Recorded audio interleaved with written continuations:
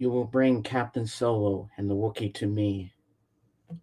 I'm Luke Skywalker, Jedi Knight and friend of Captain Solo.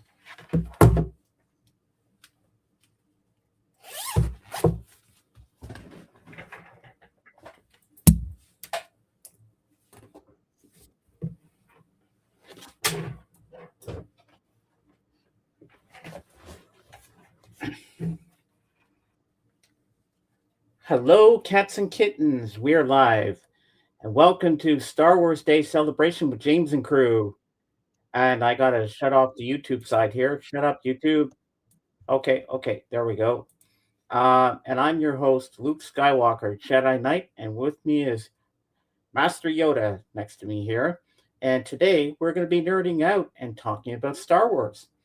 Yes, I know Star Wars Day was on Monday, and we could have done it last Sunday, but Yoda here was out of town. He had to go to Dagobah for some Jedi conference. But he's back today with us, and we're going to have Mr. Beckham be joining us, hopefully. If he remembers, I might have to text him to say that we're live, just to make sure he remembers to be here. Because I have some questions about the show that I watched on Disney Plus about Darth Maul. I don't know. They never tell you what timeline it's in, and I'm very confused. The ending was kind of weird, and just kind of ended abruptly. So I don't know what happened there, but hopefully some light will be shed on that today. And I have my movies and stuff to show you, like I always do every year, because you have to. Even if you've seen them 15 times, it's still fun to show them. And my record and some books, and I have my Empire Strikes Back comic too, but I don't know where the hell I put it. It's somewhere in the house. I'll find it eventually because I want to show it, because back in the day when I came out, there was two different comic versions of it where Yoda looked really different. In one, he looks like in the movie, and there's another one where he looks completely different with longer hair, which was very rare for that. But I guess you're sitting on a gold mine if you have the different version of Yoda in that perspective. But yeah, we're going to be talking a lot about Star Wars today. We might go off topic a bit for some music news and stuff like that, because we are a music channel as well. So we got to throw some music in where music is due. And now we're going to go across the room and say hello to my co host and Master Yoda, aka Dawson. Hello. Look different, I must. Hair longer, yes. It is part of the galaxy. It makes me smart. Well, that's always a good thing, Master Yoda. Yo, ga. Right here. Uh-huh. AKA So, Rampage Video. yes. Sir James Bowie Lennon Sinatra co-host. In the Okay. house. Yes. And did you get to go to that gala last night or whatever it was? Let me give you a clue. Oh, I you did did. go. And I went to the gala. so tell us about it. All right. So, as Master Yoda teaches an important lesson, is to mentor the younger generations. What she did with young Luke to save the galaxy. Now, Yo-Yo Da is here on a mission to save the music galaxy. Yes. And what Elton John did last night was to do the same thing, to mentor the younger generation. And yet he was still mentored by Glenn Gould. And so we start with the Glenn Gould Music Awards, which he was awarded for musical excellence in Canada. And I was only Ooh. told the day before of this celebration. And I went. I took the pilgrimage to Mississauga, Ontario. Hmm. And I seen Elton John perform on stage last night. He played Yellow Brick Road with the Wow. cast and ensemble of the wide array of Juno Award winners. And I know one of the Juno Award winners must have been Sarah McLachlan. Sarah McLachlan. There's about 12 other top Canadian artists there with Elton Wow. John at the prize gala, and it's like the Canadian equivalent of the Grammys. So it's the highest honor you can achieve in music in Canada. Apart from the Junos, of course, like this one is more classical based, prestigious, and I was there. And I seen Elton John last night, and yeah, I'm trying to process it, so that's why I'm trying to share it with you, and it went very well. That's Yeah, amazing. all right, so many emotions. We went through every emotion yesterday, but just the legacy, the impact, and the difference that he made beyond his music into society is just so far reaching and grand scale. Glad to be a part of that. So yeah, that's some music news for you, and I'll bring it over to you. Well, I've seen Elton John twice in concert, like a full-on concert. One by himself, where he with his regular band, and I love his percussionist, Ray Cooper. Ray Cooper is an amazing guy. Was Ray Cooper there last night? I think they mostly it was Canadian artists that were on stage. So they had like a designated piano player and the children's choir from Toronto. There could have been one of the guys in his band, but most of it was just put together. Ah, yeah. Well, I've seen him live in 1995, and then again in 2001 with Billy Joel when they did their face-to-face tour. And what happens is the lights go low at the beginning, and then the pianos come out of the stage, and then one side was Billy Joel, and the other side was Elton John, and Elton would sing a Billy Joel song, and then it would switch over to Billy Joel singing an Elton John song, and then they split up. Elton took most of the show. He was a tough act to follow, and then Billy Joel came on afterwards and did a little thing. It's about 3.5 hours or almost four Hmm. at the most. And when I noticed when Billy Joel was singing Piano Man, he didn't sing the chorus. He had the crowd do it. So we're all going, sing us a song, you're the piano man, sing us a song tonight. Like he had us all singing that part. And he just did all the verses, but when it came to the chorus, we had to sing it. And I remember before Billy Joel came on, Elton ended his set with Saturday Night's All Right for Fighting, and then all these balloons came down, and everybody was on their feet, and everybody was dancing, and then that iconic guitar solo. Then he's like, everybody's going, Saturday, Saturday, Saturday. Saturday, Saturday. Saturday night's all right. We're all dancing in the aisles, and it was just amazing. I was like, wow.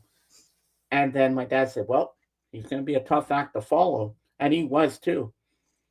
And it was hard to get into Billy Joel at the moment because I was still on cloud nine hearing Elton John, you know. But then I got into the Billy Joel part, and then it started to get cool, and then I was like, oh, okay, this is really awesome. And Billy Joel was really amazing, and yeah, so I like that. And now I'm going to show you my shirt, my Millennium Falcon, all the stats of that. That's pretty cool. Yep, we got Millennium Falcon going there. Um, and I want to give a shout out to all the mothers for Happy Mother's Day. Um, and happy Mother's Day in heaven, Mom. I miss you. Um, okay, James, this is not the time to cry on the stream. I miss my mom so much. So I guess we'll start with some Star Wars books. Uh, And don't forget to copy and paste the link after for people to come up, Dawson. All right. It's the one with the little head there, with the plus sign. Just Okay. copy it, and then when you see someone that wants to come up, you just put the link out, and we should be okay. All right. Boom. All right. So now I am going to make myself big, and I'm going to show you what I have here. I wish I could find that Empire Strikes Back comic. I really want to show you guys that, but I don't know where the hell I'd put it. All right. So first of all, we have the New York Times bestsellers. The Star Wars trilogy, Star Wars by George Lucas, The Empire Strikes Back by Donald F. Glut, and Return of the Jedi by James Caan. Oh, you just made me. Yeah, that's it. Oh, okay. I'm on the back end there. Okay. Yeah. Got it. And this is a 14.97 volume, 17.97 in Canada. Now only $5.99, $6.99 in Canada. Why are we always more bloody expensive? So here it is. The trilogy all in one big book. You know, you save money that way if you buy it all in one book. So it says here, a long time ago in a galaxy far, far away, Luke Skywalker worked on his uncle's farm on a remote planet called Tatooine, repairing second-hand machinery and stunt flying his battered Skyhopper. And he was bored beyond belief. He dreamed of adventure out among the stars, adventures that would take him to distant alien worlds. But when Luke intercepted a cryptic message from a beautiful captive princess, he got more than he had bargained for. And that was how it all began.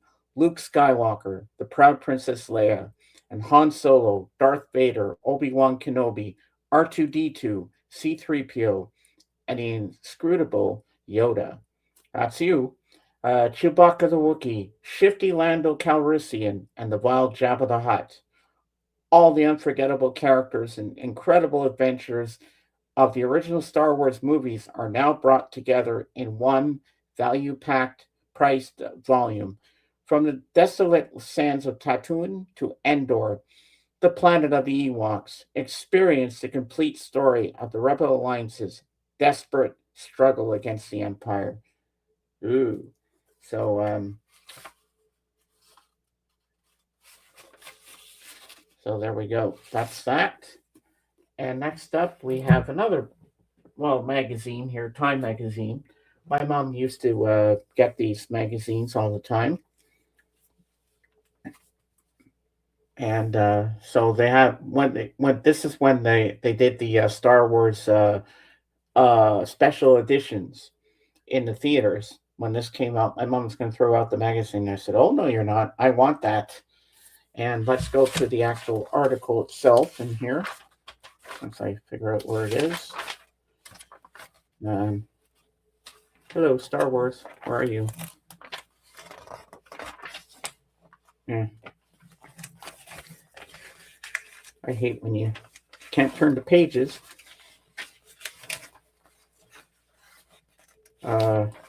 Okay, here we go. All right. The Force is back, and there's George Lucas and R2 and 3PO. So that's pretty cool. Yep. So this is yep. So the new version is released. So there's Luke on the Tauntaun. Hey Zeb, how you doing? And then we have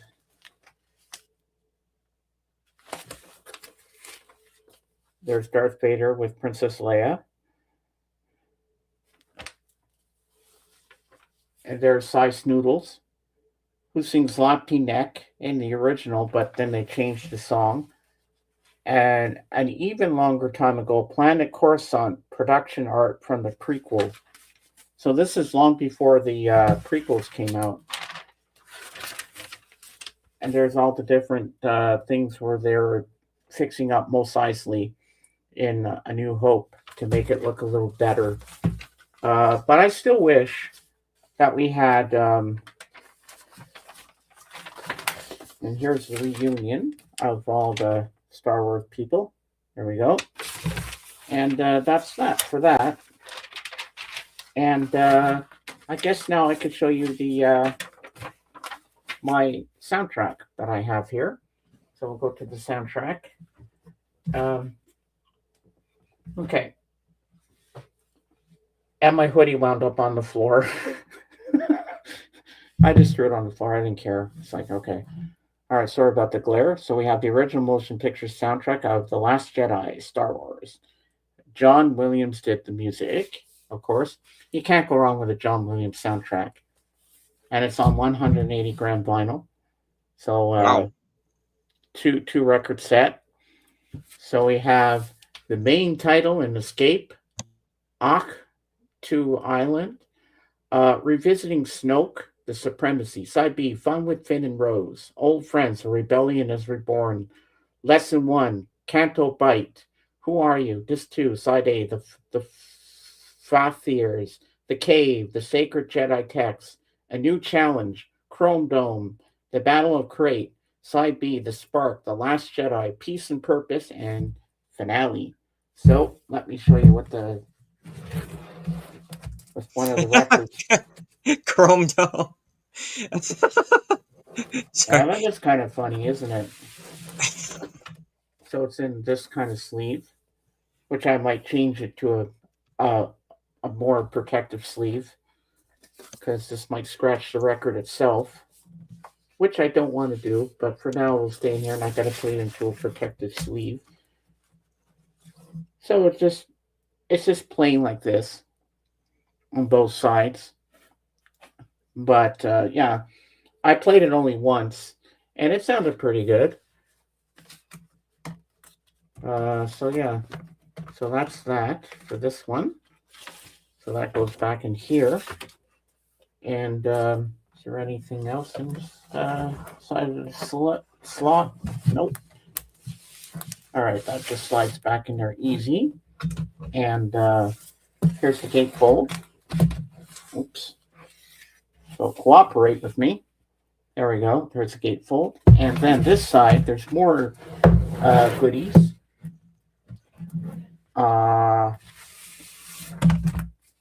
So we have the second album, which is here. Now if I can get this out. Pretty much the same. But yeah, I like it. And let me slide this back in first before I show you the booklet.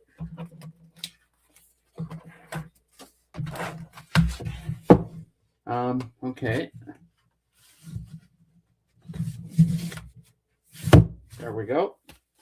And here's the book. There's Ren, looking good, with her lightsaber all ready for a battle.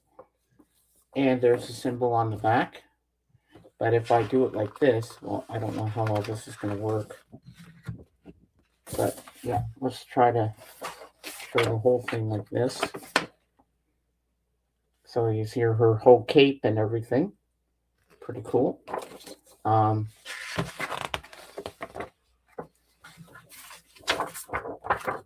there she is again.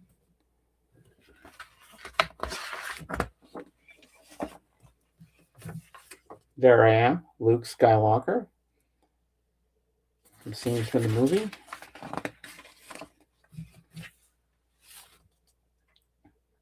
There's BB-8.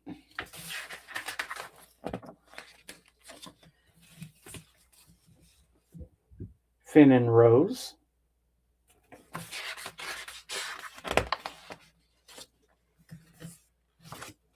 A battle going on here. And we have that.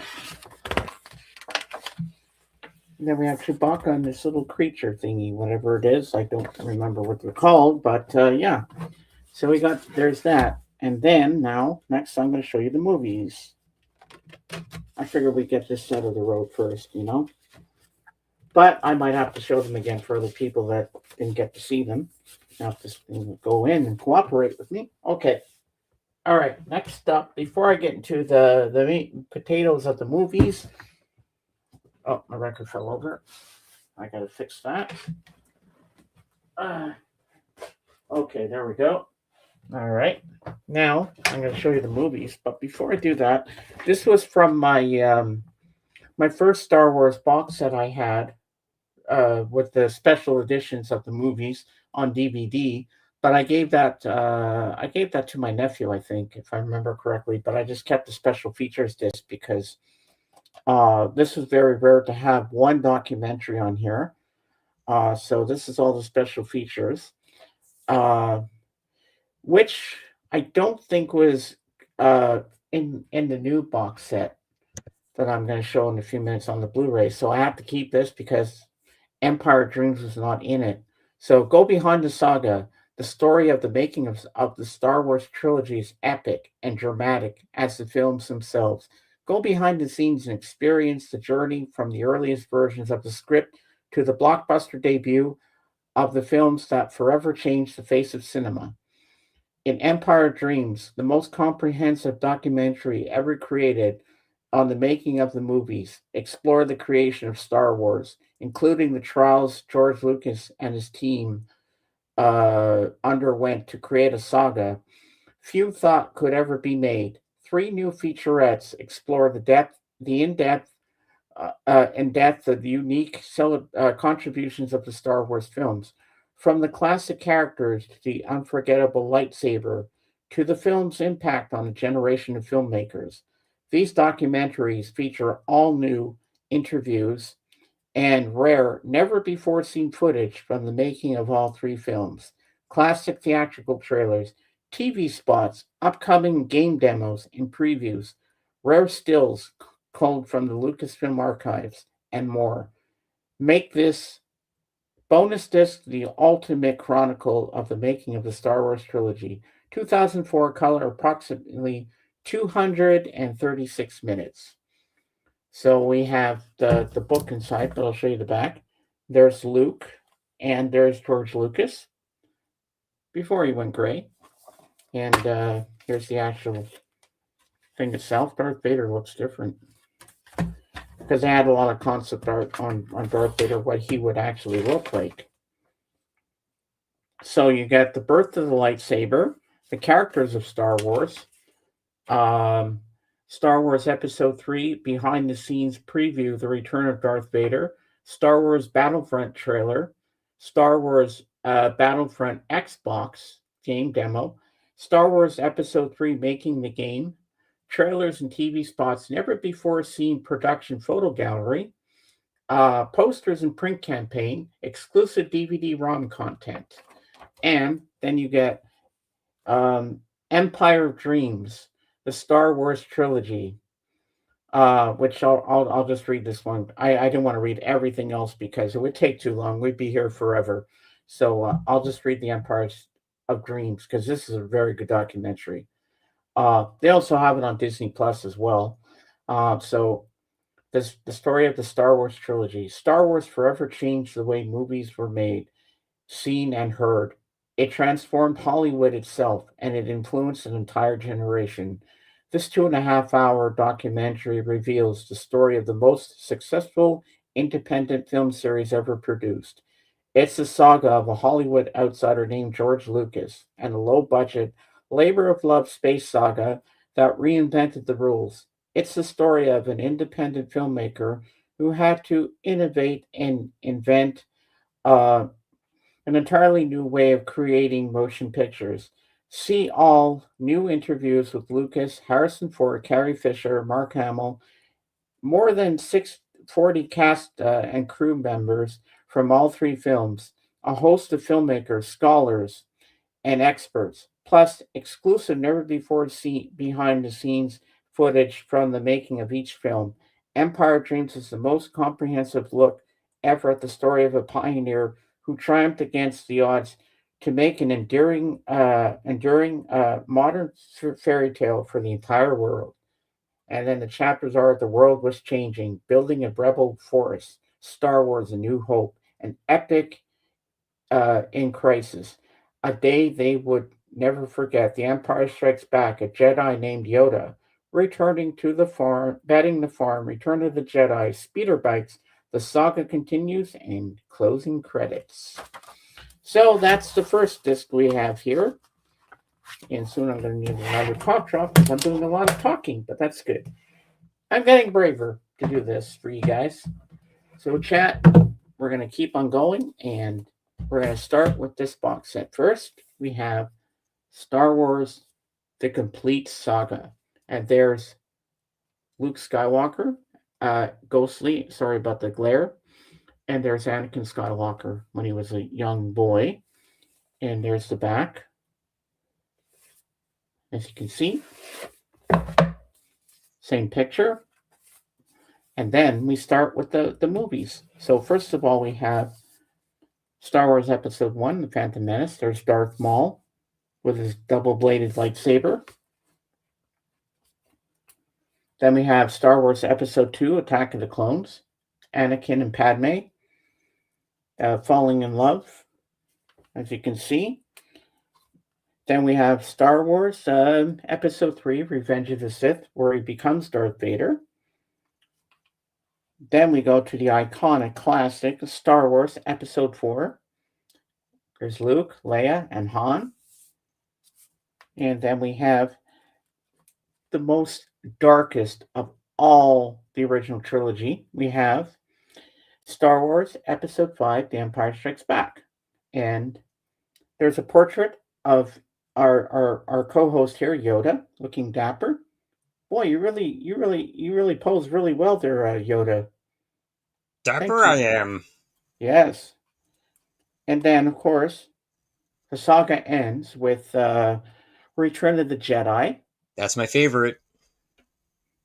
And I'll be quoting lines from that later from the Emperor. Then we have special features disc number 1. This is episodes 1 to 3, the archives.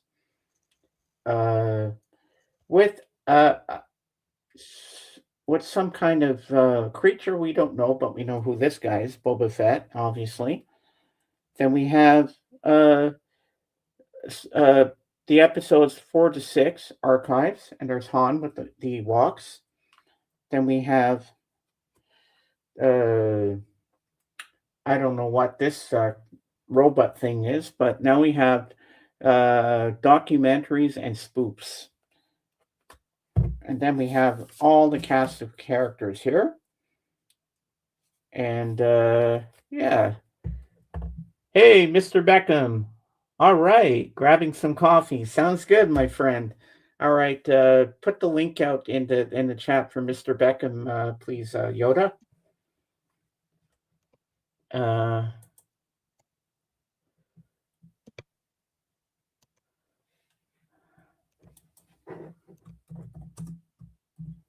Yeah, okay, there we go.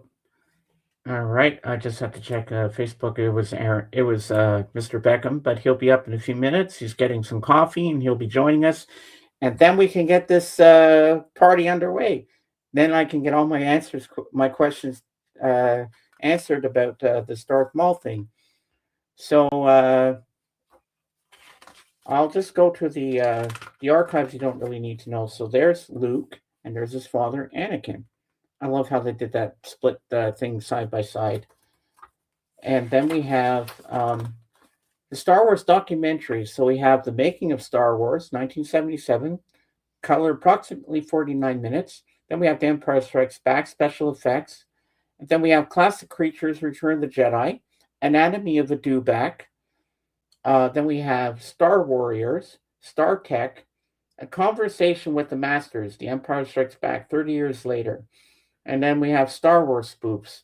This one was really funny. It's about an hour and 37 minutes long. So the force is strong with this one. Enjoy a hilarious collection of Star Wars movie scene spoofs and parodies that have been created over the years, including outrageous clips from Family Guy. Oh yeah, I love it. I love when they did all the Star Wars stuff on Family Guy. That was funny. The Simpsons, How I Met Your Mother, and more. And don't miss Weird Al Yankovic's one-of-a-kind music video tribute to the Phantom Menace. And there's the Millennium Falcon. And yeah, and that's all the credits for all the 6 films. So I'll put that back in its thingy. A little slip here. And Put that back in there.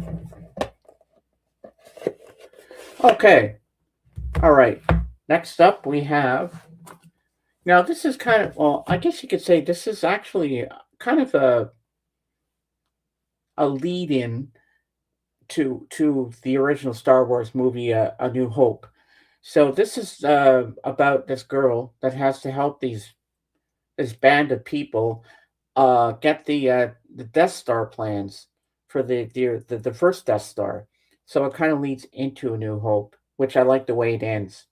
But I'm not going to say the ending because I don't know if you've seen it or not. I don't want to spoil it for people that haven't. So I saw this twice in the theater in IMAX. This is fantastic. It's Rogue One, a Star Wars story. Yep, I seen that one. That's a good one. And then we have another one I saw in the theater, but not in IMAX. Solo, a Star Wars story. So it's about Han Solo, how he met Chewbacca and Lando Calrissian, and how he won the most beautiful and infamous Millennium Falcon, which I have on here. So we got that movie. And yes, Daenerys Targaryen is in this film. Yep. Mother of Dragons from Game of Thrones. And then we start the next trilogy by J.J. Abrams. So we have Star Wars, The Force Awakens. And this is what it looks like underneath. Sorry about the ring. There you go. That's cool. And I love this film. Now, everybody says this one is crap. I don't care what people say. I think of all the three of the new ones by J.J. Abrams, this has to be my favorite because you get Yoda in there, you get Luke, and I think this is just a fantastic movie, and I don't care what everybody says. I love this one. The Last Jedi. And this one is one of my favorites. I don't know why it is, but it just speaks volumes to me, this one. They're all good. I like everything that I have here, except for Jar Jar Binks. I mean, everybody hates that guy. What's a Misa saying? Jar Jar, using the boomer. Misa don't have one. Use a Misa one. And then we have, of course, Star Wars, The Rise of Skywalker. And we get the return of Emperor Palpatine in this one, which I thought was pretty cool. Yeah, so if you haven't seen this or you haven't seen any of these, do yourself a favor. We're never going to get the original way the original trilogy was ever again. So we just have to accept what we've got. But you know what? They're still classics. They're still amazing. They're still fun to watch, even with the new special stuff that George Lucas put in. They're still amazing films. Okay, I'm still a Star Wars nerd, still watching them. It's like The Wizard of Oz. 100 times is not enough to watch these films. And, I highly recommend them. And if you have not seen that documentary, Empire of Dreams, do yourself a favor and watch it. And now it's time for a film quote. You want this, don't you? I can feel your anger. Take your Jedi weapon and strike me down with all of your hatred, and your journey towards the dark side will be complete. Emperor Palpatine. So Dawson, give us a good Yoda line from Empire Strikes Back. One should not do. One must. Do not. Do or do not. There is no try. There is no try. That's right. Do. Hey, Sean, how you doing? Hi, nice to see all the Star Wars media. I still watch the originals on VHS and Laserdisc. Oh, you're lucky that you still have the original versions of them. Because good luck finding the original because it does not exist. It's like he just wiped it from the planet. Well, pun intended, because it does happen in space. So we're not far off with that one. But yeah, you're right, Sean. Yeah, but I have what I have. I used to have the originals on the original versions on VHS while they were copies that someone made me copies of the original ones. I wish I still had those VHSs. I mean, I'm kicking myself for not having the originals, but then you wouldn't have it in widescreen, so it just wouldn't be the same way. You know what I mean? I mean, widescreen makes it even better. Uh,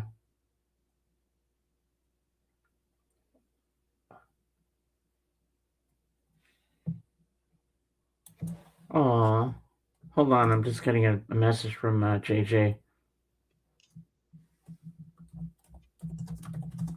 Yeah, I find originals VHSs sometimes, and even original trilogies as well at the thrift stores.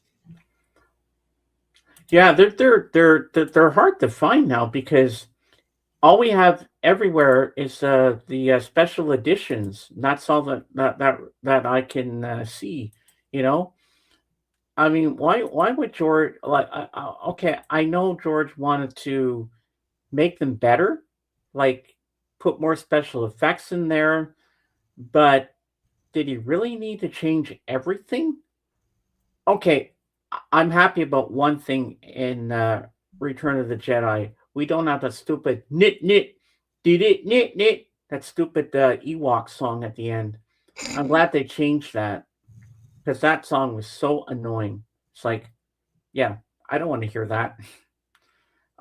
And he changed the song that Cy Snoodle sings because the original puppet the lips didn't move.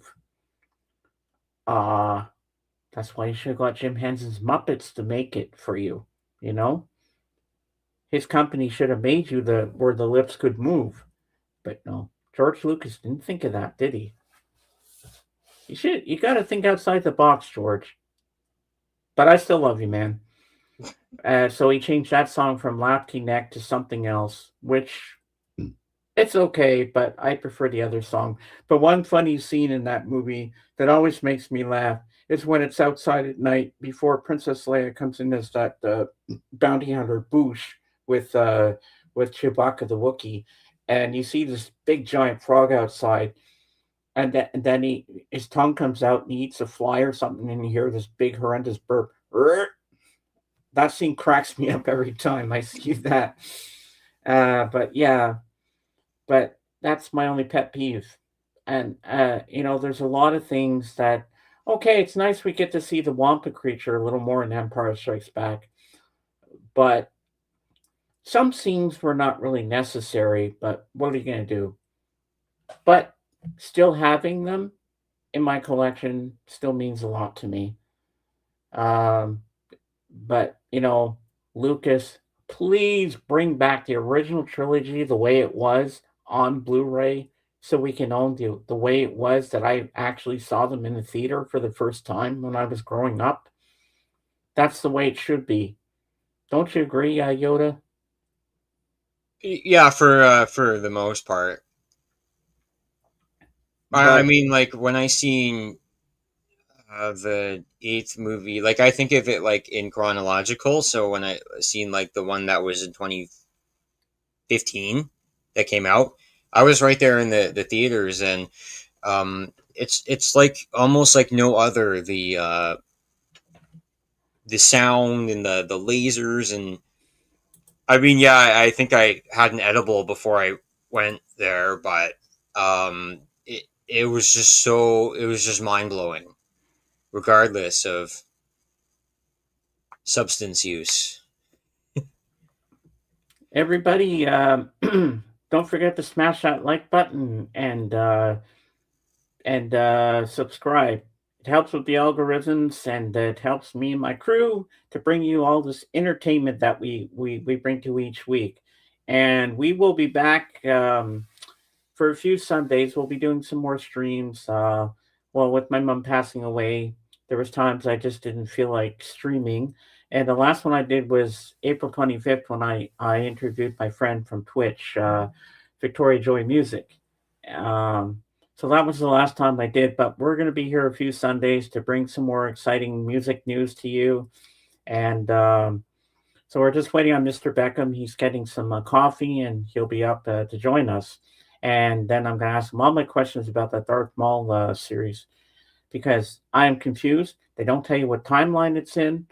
I want some more backstory on it and who this Jedi girl is that he's trying to make his apprentice. And the ending of the show just it was like abrupt ending. I'm like, that's it. That's how it ends. I'm like, okay. So hopefully, Mr. Beckham can shed some light on that, and we'll figure that out. And yeah, Use the Force and press the like button. yes, you want to. All right, now I'm gonna give you two quotes from one of the Star Wars films, the original trilogy, and you all have to guess what character in Star Wars said these lines. So the first one is, who's more foolish, the fool or the fool who follows it? Then the second one is, you can't always win, but there are alternatives to fighting. This is from the same character, by the way. I'm really going to put you on the spot here with that one. Can I guess it? Yes, of course. Obi-Wan Kenobi. Whoa, you got it right on the nail. You hit it Yo. right on the nail. Wow. How did you know? I've watched all canon Star Wars, like the 9 main ones. And so I hope to probably watch like The Mandalorian or something next, and then watch the other offshoots. But maybe a bit of luck in there, but you just I called into the Millennium Falcon, and the crew gave me the answers. Aha. And yeah, I'm looking forward to the Mandalorian and Grogu movie. That should be really good. But I have to go with someone. I think my friend Adrian's going to take me. That's Adrian. Sorry, my whole other genre. That's not what we're talking about. No Rocky today. Yo, Adrian. Now you got me. Hey, what's up with this Star Wars thing? I'm in this. Press the button. There's no boxing in Star Wars, so Rocky, you're in the wrong genre. What was I going to say? Oh, brain fart. So you want to go with a friend to see the one of the movies? Yes. So I'm going to ask my brother-in-law's son, Adrian, if he wants to see it with me. But first, I said you have to watch all the seasons of The Mandalorian before we go because you are going to be so confused. I'm all caught up. I'm ready for it. And I just hope Baby Grogu can talk now. And he doesn't have to press buttons on a machine saying yes or no. I want that talk in full sentences now. I'm not sure what the plot's going to be like, but I've seen previews. It looks exciting. It looks pretty good. I just hope it's in 3D as well. That would be cool. But it's a very good series. That's the whole reason back in 2019 on December. Wait, when was it? It was December 24th when I got Disney Plus. So I've had it for almost 7 years now. And the whole reason I wanted it was for The Mandalorian because everybody was talking about it. And one of my friends, I had watched it with her online, the first episode, and I thought it was pretty decent.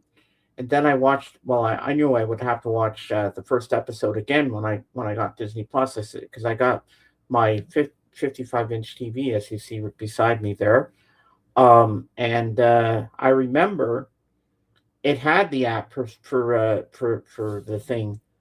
So I was very, very excited when I saw that. And I was like, "Oh, cool." I said, "Mom, can I have your credit card, please? I want to get Disney Plus. I want to watch this Mandalorian. Everybody's saying it's such a great Star Wars show, and they have a lot of good Disney content on there." And she's like, "Okay."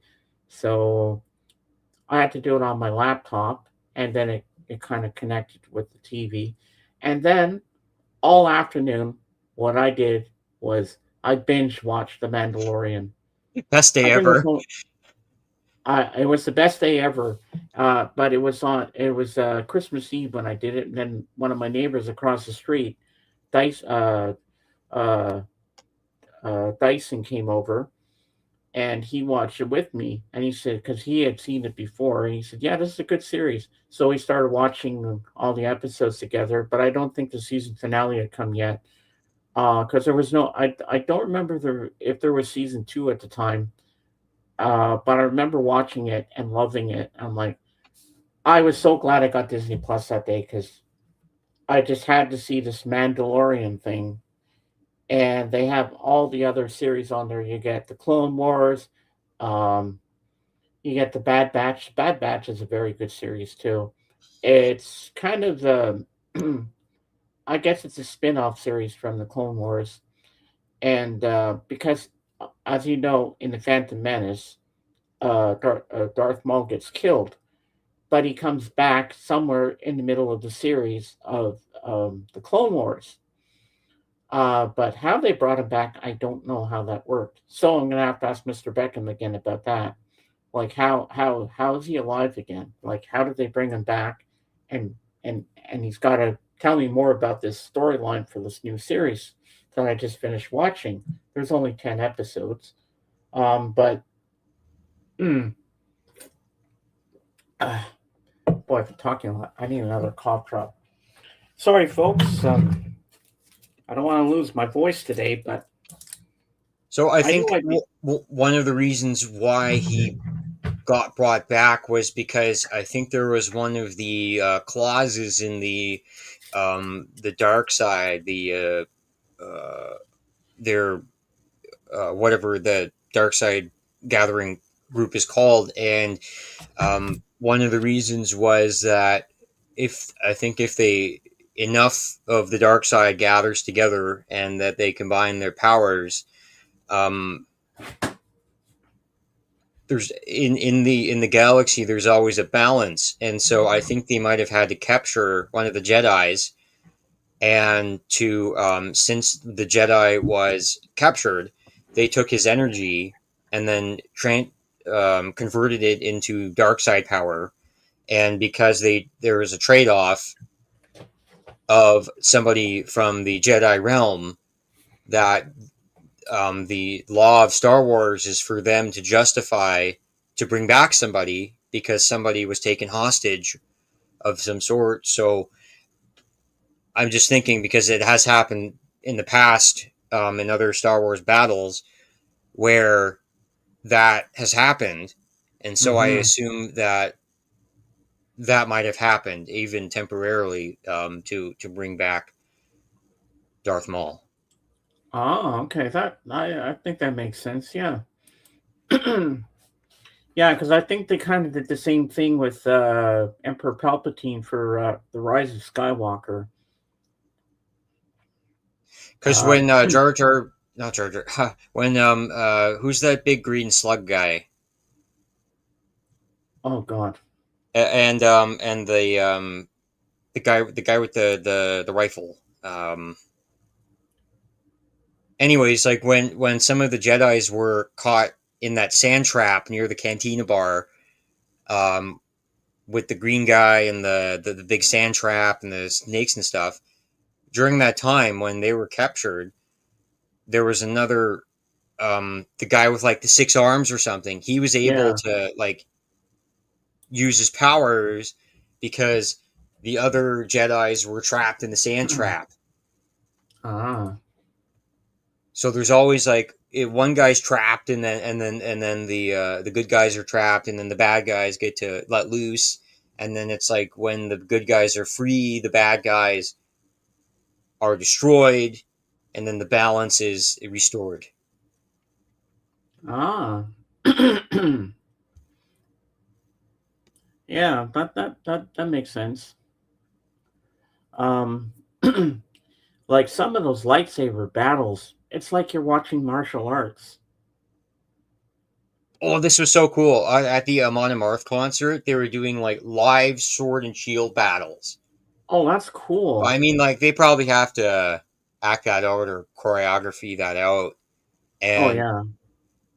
Yeah, I mean, in Pirates of the Caribbean, they had real sword masters train them. Like they had hours and hours of training. So I would assume that there's something very similar in that Star Wars. And Mm-hmm. yesterday I had the chance to go, but I had to get ready for the Elton John thing. I met the Yeah. guy who started the lightsaber battle school for Canada. Like he has his own lightsaber school, the first one ever in Canada, and they were training people in the ways of the Jedi lightsaber battles yesterday Oh wow. at the local Comic Con. Oh, that's pretty cool. And I don't know if a lot of people know this, but in the Phantom Menace, Darth Sidious was actually Palpatine Hmm. because you knew the voice right away. But then after he became the Emperor, then that's when he was the head honcho. And ladies and gentlemen, here he is, the Star Wars nerd himself, Mr. Beckham. Hey, what's going on, guys? Hello, hello.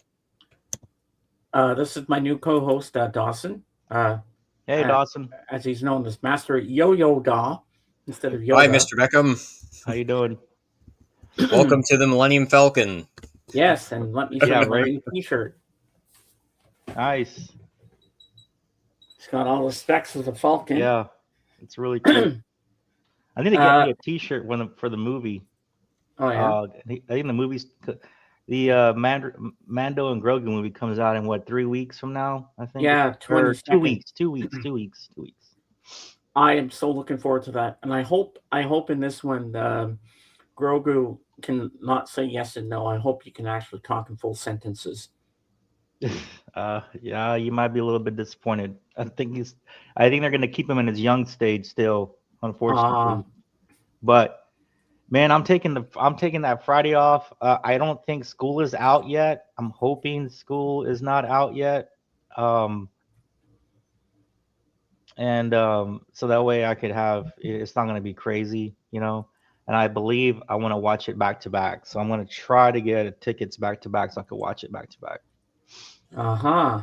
That's what I'm going to try to do. That's like my plan, but you know, we'll see.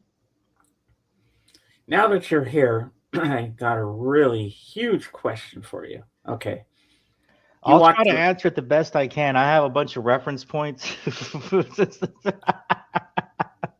Okay, this new Mall series that was on Disney Plus. I just finished it the other night. Amazing show. I am so confused with it. What timeline does it take in, and why is Darth Vader going after him? Okay, so it's right after the Clone Wars. Do you remember the Clone Wars? Yeah. Okay. Did you watch all of it?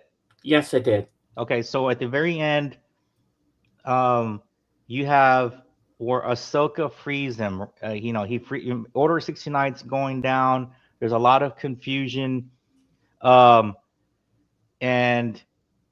she freezes him from that. She frees him from that prison cell, and they go their own way. They even have a little bit of a battle, and then ultimately they go their own way, right? Mm-hmm. So this happened. This is like right after that. So he basically Maul is building his own criminal empire. So let's pause right there, okay? So this new Maul show actually takes place before the movie Solo. Okay. So if you want to go watch Solo again, you can, because it actually happens before that. Now, he wasn't brought back or anything like that. It's still the same time. It's just takes place in a certain time, right? It's after the Clone Wars. So Vader is actually, and if you go back to the very end, I think the very end of the Clone Wars, you know, where Vader's looking for all these, you know, scattering Jedis that are still alive, right? Mm-hmm. And there's like this snowy planet, and he finds I believe he finds Ahsoka's lightsabers there. Oh yeah, that's Yeah, true. right. So Mm. so this Maul show takes place right after that. Okay. Ah. Um, so yeah, Vader's extremely young. He's very, very powerful. He's extremely young. He's right after he's just become Vader basically, and yeah, so it's a show that that's kind of establishing Maul, again as one of the main characters of the whole, the prequels, or the original movies, and um, yeah, he's basically trying to start building his own criminal empire in the shadows. That's why it's called the shadow. The Maul Shadow Lord, right? Mm-hmm. So he's on this planet, and part of the. Did you already see the show, or I don't want to ruin anything? Yeah, I've seen the show. I watched the Okay. first two episodes a couple of weeks ago, and then this Monday because it was Star Wars Day. I Yeah. watched it from episode 3 onwards to 10. I just binged the whole rest of it in one night. Okay. Yeah. So I, then I haven't watched it, but you can continue like as you say, like I'm not, you know what I mean. I don't want to. I didn't want to like start talking about it, and then I was like, oh man, some people haven't watched it yet. So No, just free script it. Just say however you well, want well, to since describe it. yeah, since he's watched it, then I think James, I think you just wanted to know where it fit in the timeline, right? Basically, Yeah, because and right. then the ending of it was kind of abrupt. It's like, is he good? Is he evil? Like, Well, he's always gonna remember. So you got to remember what Maul's history. He was taken from a his mom was one of the his mom was Mother Talzin. She was one of the Night Sisters of Dathomir, mm-hmm. and Sidious basically tricked her and giving him Maul because at the time. And let me tell you something, man. I've been like the last year. I've been researching and reading up on Darth Plagueis. The Darth Plagueis the Wise.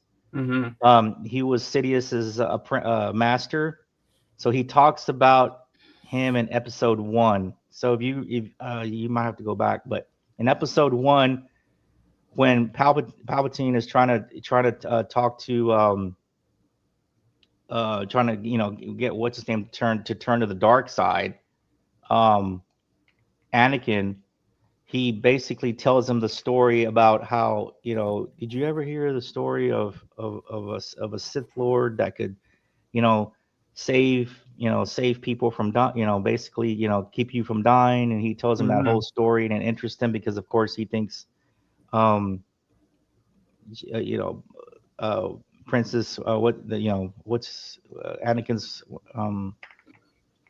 Padme. Padme is gonna die. He's having his dreams about Padme dying, so he basically kind of hooks him in with that story. Well, basically, his master was actually he had just killed Plagueis actually when that happens, and he became Darth Sidious. So he was telling him kind of about how well, he didn't say his master, but he basically was telling him that yes, there was a Sith Lord that was trying to figure out how to live forever, basically, right? So Warheart says here, there's a theory that Darth Plagueis is actually Darth Bane.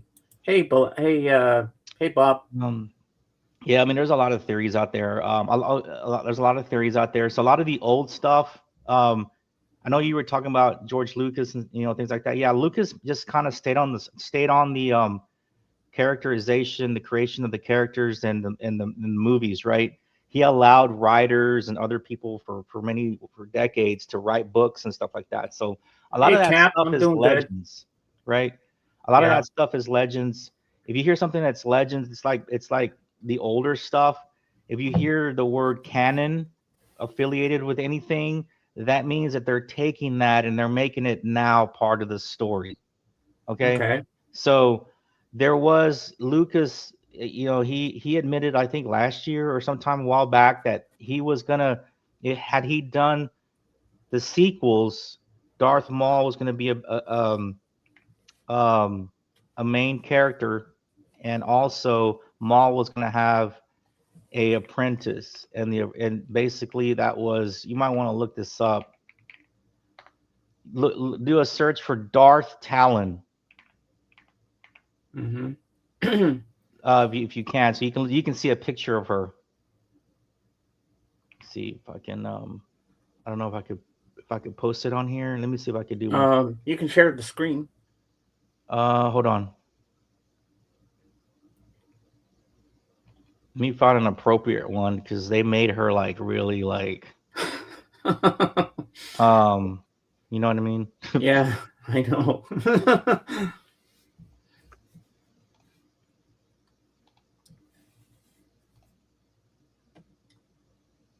Let me see if this works.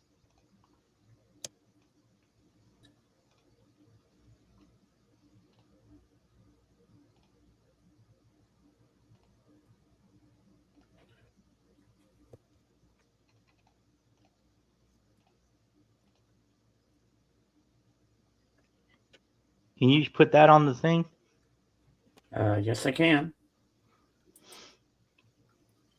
There you go. Ah. So this is what it had. Lucas kept going, and he actually had done the sequels. This is what he would have gone with, right? The Maul would have came back, and then that would have been Maul's apprentice. So that this is kind of like Legends, if you want to call it, right? So basically, the whole show right now is basically you're asking about what's this new girl and that kind of thing. Yeah. She could be a mixture of that character. Oh, okay.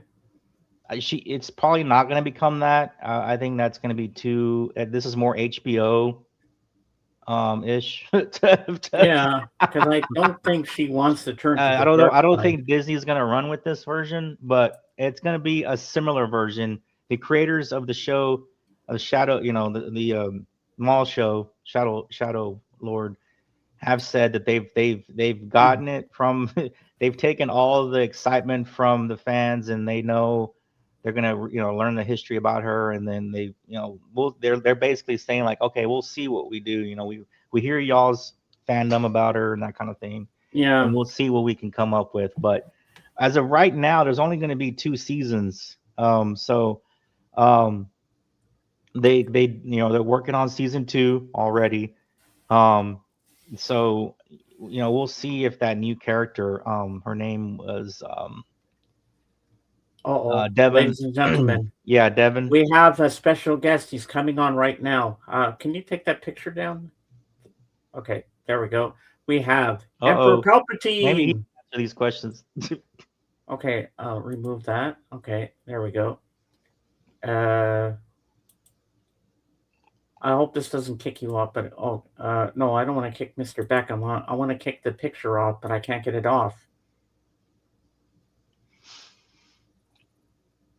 Oh, well, hold on. Let me I'll be right back, James. So if you want to introduce the Emperor, Okay. go for it.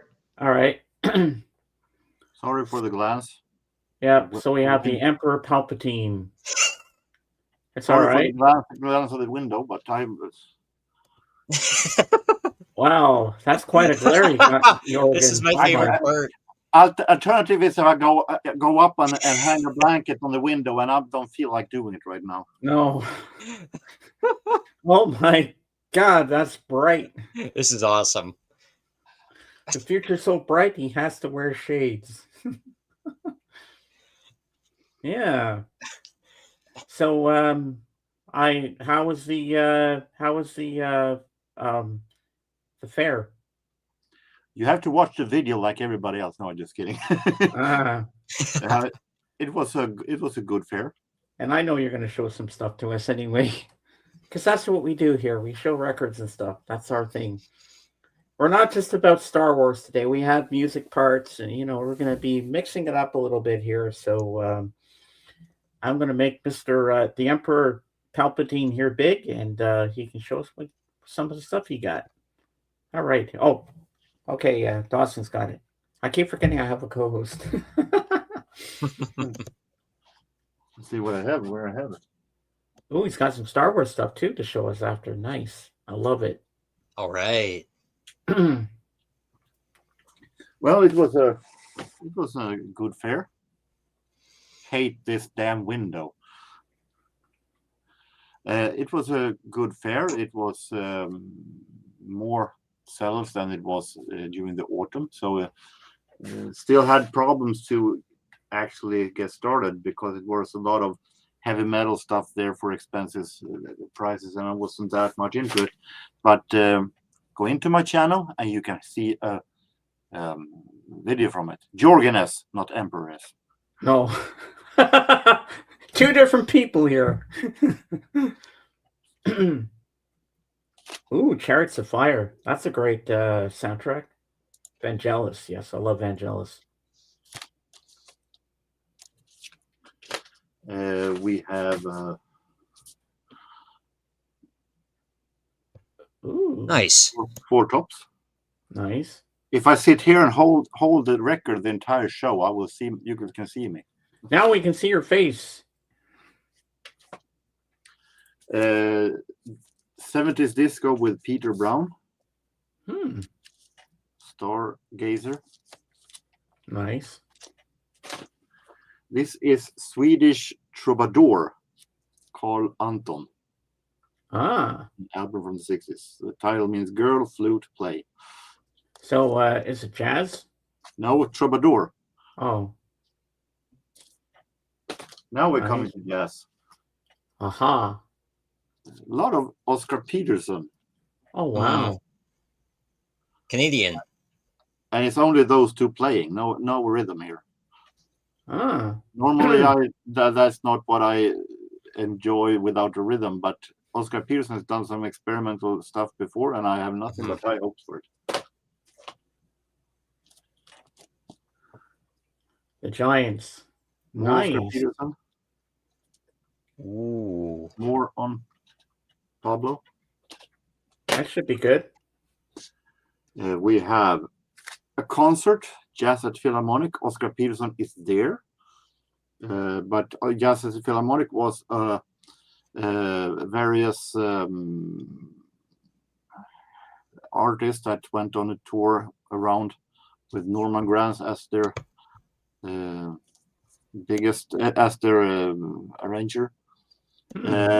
This is consisting only 3 songs, but the first song is 25 minutes long. And normally I'm not that huge fan of when it is too long jazz songs, but it was live and it was Jazz at the Philharmonic. I couldn't resist it for $2. Oh, that's pretty good. Ella Fitzgerald. Ah. Doesn't say which orchestra it is, which I'm not that fond of normally, but I couldn't resist it, especially when it is his master's voice. Yeah, RCA. Very, very close to early vinyl or his master's voice. Well, the vinyl looks minty. And Swedish jazz, organ jazz with Kjell Öhman. Ah. Producer and engineer here is Mikael B. Tretov, who also was the engineer and producer of ABBA. Oh wow. Ooh. That's cool. That doesn't mean it sounds ABBA, but Yeah. What label's that on? it's called Discophone. It's a Swedish label. Okay.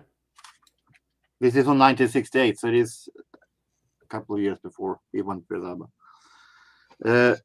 And 2 CDs with more troubadour. One of my favorites, Cornelis Vreeswijk, Born in Holland, Oh wow. and a double CD set with rarities. You know, when I look at him, he looks Russian for some reason. Mm-hmm. Yep, I caught that too. So that is what I bought. Oh, that's pretty cool. So I see you have some Star Wars stuff. Yeah, it's one CD that I didn't find right now, but we have Return of the Jedi soundtrack, Nice. original Star Wars soundtrack. Wow, that's one I want to get. We have Miko's disco version, Oh yeah, I remember that. and I also have it on 45. We have this one, Revenge of the Sith. Yep. It doesn't say what the English word title is. It only says what the Swedish title is. Oh, I know it's Revenge of the Sith. The Force Awakens. Ah, I have that. I have all three of those.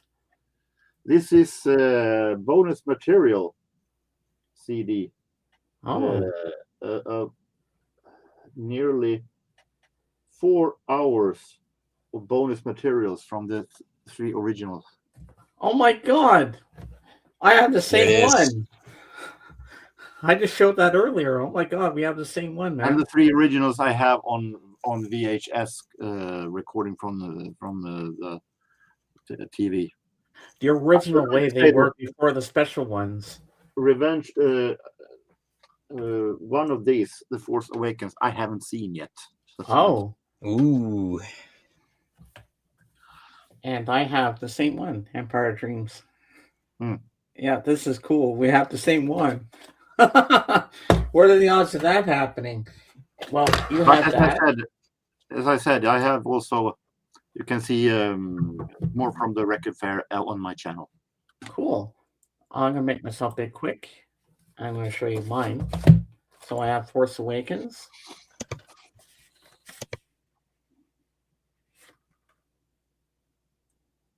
Like that. Now if I can get that back in there. Then this is the second one. The Last Jedi.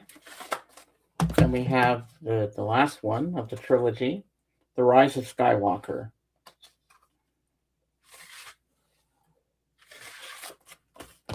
So there you go. Yeah. See, I don't want to kick that picture off because I don't want to kick Mr. Beckham off. We could probably experiment and then bring him back in. Yeah. See, I don't want to ban from studio. I don't want to kick from studio. I wonder if we can take that off. No, I don't know. We'll have to wait till he's back, and then I'd say if it kicks you, we're gonna bring you back because I want to try to get rid of that picture if I can. See, I'm still experimenting and learning these things. Yeah, so See it like this. This picture looks not that different from the Darth Maul. yeah, it is Darth Maul. So it's Star Wars connected. Yeah. Oh yeah. So Jorgen, last night Dawson got to see Sir Elton John. Yeah. Were you able to meet him? No. So I was way up in the balcony. Like let's just say it's a theater, like large theater. It's big enough you can have a TV production in there, but small enough to be quite intimate. So they had the way the layout was like a big balcony, and then on the bottom there was like seats, and then like award show style, they had tables. So it was a gala basically.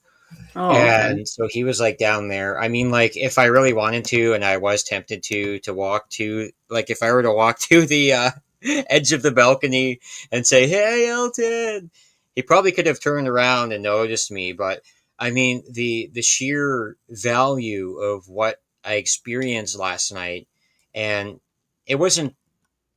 Originally I was thinking it was like, okay, he's just going to be backstage the whole time. They're going to announce him. He's going to be like, okay, thank you. See you later. No, he sat right at the front of the stage, basically, a table facing right at the front. And so the stage would had catwalk out, and he was there with his partner and his family or whatever. And he would do a couple side stage speeches, and then near the end of the show, after all the performances and the dialogue and everything, he would go up and do his speech. Very well done, and just being able to see him there. And at the end, he joined in on "Goodbye Yellow Brick Road." It was a gift. It was just a musical gift yesterday. Did he sing Benny and the Jets? I don't think there was any Benny and the Jets that happened. Yeah, I don't even think there was any of the musical interludes that. I mean, he has so many songs that it's hard to fit them all in. But Yeah. yeah, Yeah, like 'cause I've oh, go ahead. I think he would have had the crowd going with Saturday Night's All Right for Fighting. I think someone did that, or it might have been like in between when there was performers, they would have music videos play and they would have archival things, and so there Mhm. was some of that happening. The first song, it must have been the first song, yeah. I think some of us must have seen it before, where there was this like 6-year-old Oriental Asian person. He was like on the piano, and he was on Ellen DeGeneres, and he might have even been on Ozzy Osbourne, where Oh, he was wow. just a virtuoso. And he was there that night, like one of those really young kids you hear about, and they're just I can't think of the word, but just so talented at a young age. So he was there, and I think the first song they opened up with was Saturday Night Live, Saturday Night, All Right Yeah. for Fighting. Bless you, Emperor Oh, bless you. Palpatine. Yeah, that sounds pretty cool. Did Sarah McLachlan sing? Yeah, she did a really good cover version of one of Elton John's songs. Yes, it was such a blur. I mean, just driving there and back, a little time at the casino, wink, wink, and then watching all of the bands play yesterday. It you can't make this stuff up. You really can't. Yeah. And I don't remember specifically what song she played, but she nailed it. It was a little on the mellower side, like it was one of like a not a ballad, but just like a slow burn, one of his slow burn songs, very soulful, and she sounded fan freaking tastic. Wow. I mean, I like Adia. Adia's one Yeah, I of my love that song. favorite female love songs. It was in the vein of that, and just singing an Elton John song in the vein of that and that style was Sarah McLachlan. I mean, Canadian icon. What can I say? Mm-hmm. And Mr. Beckham is back. Yeah, I'm trying to figure out how to. Are you able to kick off that picture in the corner? Oh, I think yeah. Hold on, there it is. Hey, there we boom! go. There we go. Yeah, because I didn't want to. I want to kick it, but it might have kicked you from the screen, which we don't want to do. So as you can see, Mr. Beckham, Jorgen has all his Star Wars stuff here, Yeah, nice. Good stuff. and he has the disco version of Star Wars. I remember when that first came out, I was like, The disco version. yeah, you know, What is that? Oh, okay. that disco one where they had Miko, all the robot sounds and shit, and the Miko disco version. That's funny. and he has the original Star Wars trilogy from the TV with not the special edition ones. I heard that Lucas is working on a new series of Star Wars. Did you know that? Is he allowed to do that? I thought that Disney owned everything. Well, he wants to get back in the saddle. He wants to start doing all the Star Wars stuff again. Did you know about that, Mr. Beckham? I know that if anything, I don't think he's gonna like straight out write anything. I just think if anything, he'll be a consultant to try to help them keep it straight. Like, did you watch The Acolyte? I still have to finish that series. Well, there was a lot of backlash because on that show because they didn't pay attention to any of the lore, so they were like misrepresenting characters and storylines, and a lot of the writers that wrote that show were not even Star Wars fans and had no idea about Star Wars. They were given a premise and then they were just told to write. So if anything, he'll just help with the consulting as far as like, let's keep it going this direction, right? The right direction. Yeah. Following all the characterization, the creation of the characters that was already established, all the lore and that kind of stuff. And I hated how they ended this other Star Wars series on Disney Plus with the two girls, and one was evil, the other one was that right. They and then they ended it showing Yoda. Yeah, and then they canceled kind the of ruined series. it, to be honest. Yeah. I'm like, why would they leave us on a cliffhanger? And it was just getting good at the cliffhanger. Oh, because it was supposed to be. Well, you got to remember that was not canon. That wasn't anything. They just kind of were like they were given a premise, and the writers were told, "Hey, go from here," and they just created that part of it. But as far as any relevance to any of the real story, it wasn't that. So, so it's been handed over now to current stores. Hey, Jimmy Nickel. May the 10th be without you. Okay. So it used to be they got rid of okay, so it got so bad that show did so bad, right? That show did so bad that they got rid of finally got rid of Kathleen Kennedy. And I mean, she might still be attached to it, probably for retirement purposes. I'm not sure, a respect in Hollywood, that kind of thing. But Dave Filoni, actually, he's now the lead creative as far as Star Wars goes. Jon Favreau is also, he's actually the one that directed the Mandalorian and Grogu that comes out here in a couple of weeks. So those two guys right now are the main drive or the main creative cell of Star Wars going forward. So of course, Dave Filoni was helped with the Clone Wars and all that. He's been around a long time, so he was the backbone to this new show that you liked, the Maul Dark Lord. Yeah. Jimmy Nickel. This is not David Beckham, man. He's not married to Posh Spice. This is a different Mr. Beckham, not the soccer player. You know how I came up with my YouTube name? Yeah, please tell us. You know how there's that thing that goes that they you can make up a name based on the first street you grew up with and your pet name, your first pet's name or something. So anyway, Beckham was one of the streets I first lived on. Oh. That's why I came up with it. Well, that's a cool way to do it. Yeah.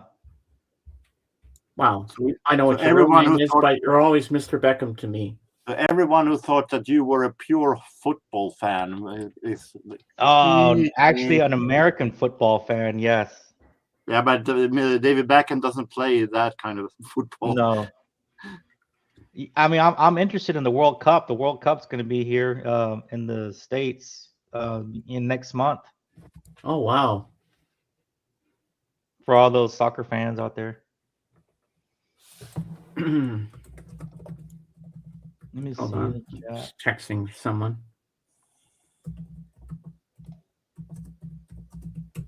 James, is there like a May 10th that goes along with Star Wars?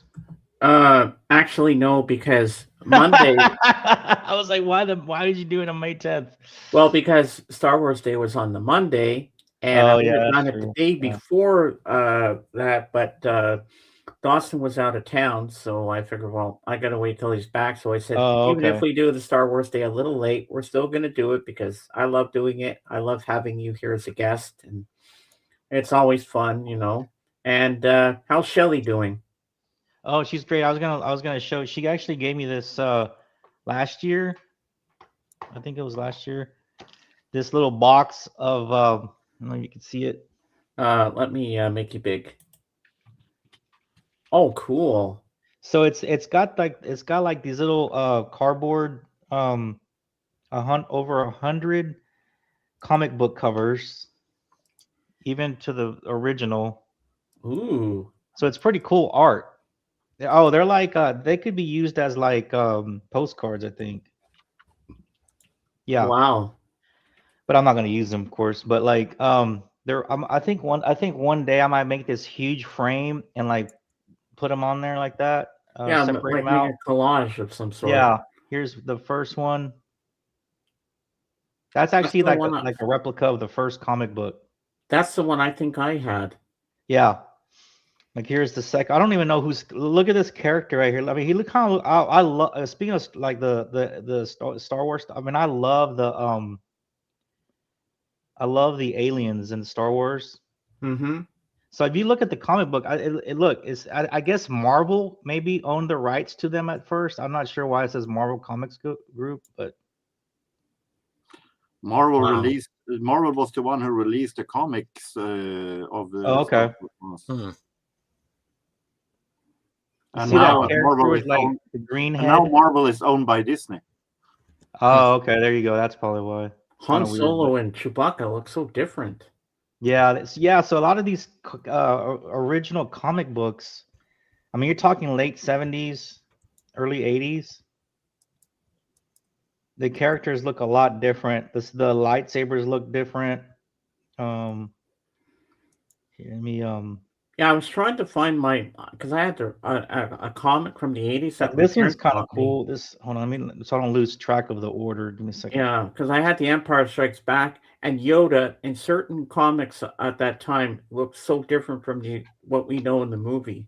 What's that Marvel character that drives a motorcycle and his head's on fire? Ghost Rider. Ghost Rider. There you go.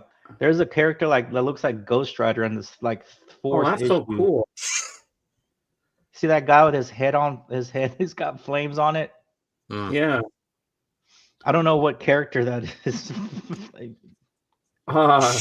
Jimmy Nichols says that's what chewing tobacco does. Hmm. That's kind of a cool one. If you had the original.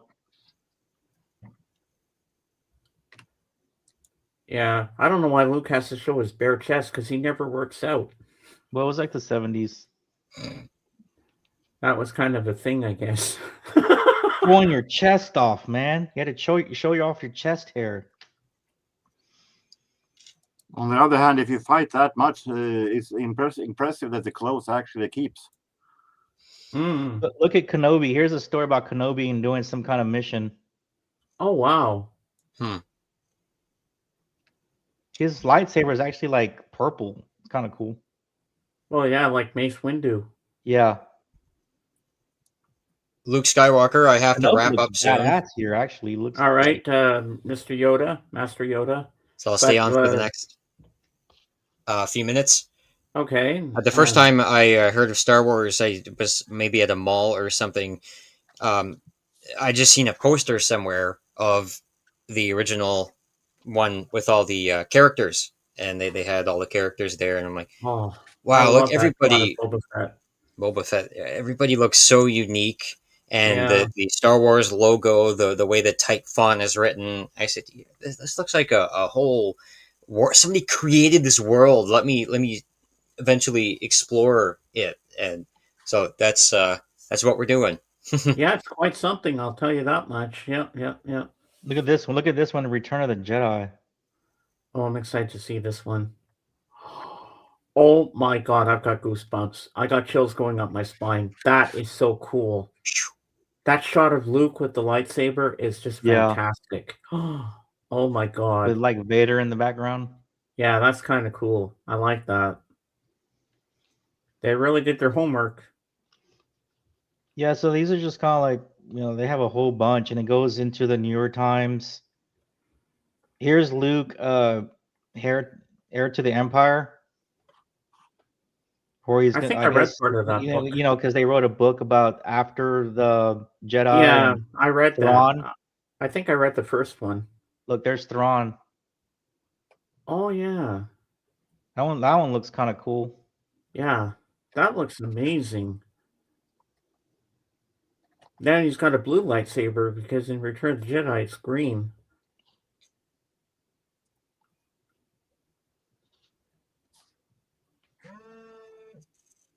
So here's one of the sand peoples that Jedi. If they were to be a Jedi, Oh wow. Whoa. You know, when you really think of it with the Jedis, they're like that one, yeah, it samurais. looks really cool. Like I know the camera is kind of hard, but Oh, I see it perfectly. Yeah, it looks nice once it zooms in there. Yeah, that is really cool. I like that. like, if See you like next those Sunday, sand everybody. people- yeah. All right, Peace see you out. later, Dustin. I'll be okay. I've got people still with me, so I'll take it a little longer. Gentlemen, keep it going. May the And I force will be see with you on you. Wednesday. It was nice May the meeting force you, be with man. you, Master Bye Yoda. bye. Bye bye. Mr. Beckham, Emperor, keep the galaxy safe. We will. Oh, here's one of Maul. Here's a couple of Mauls. It's pretty cool. Hold on. Oh, this I gotta see.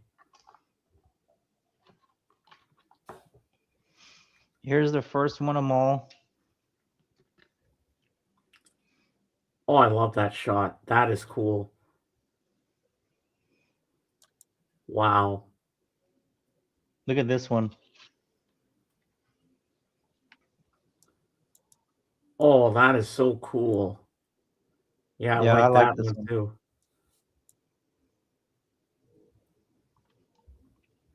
So maybe one day I'll like put them out, and it had to be a huge frame.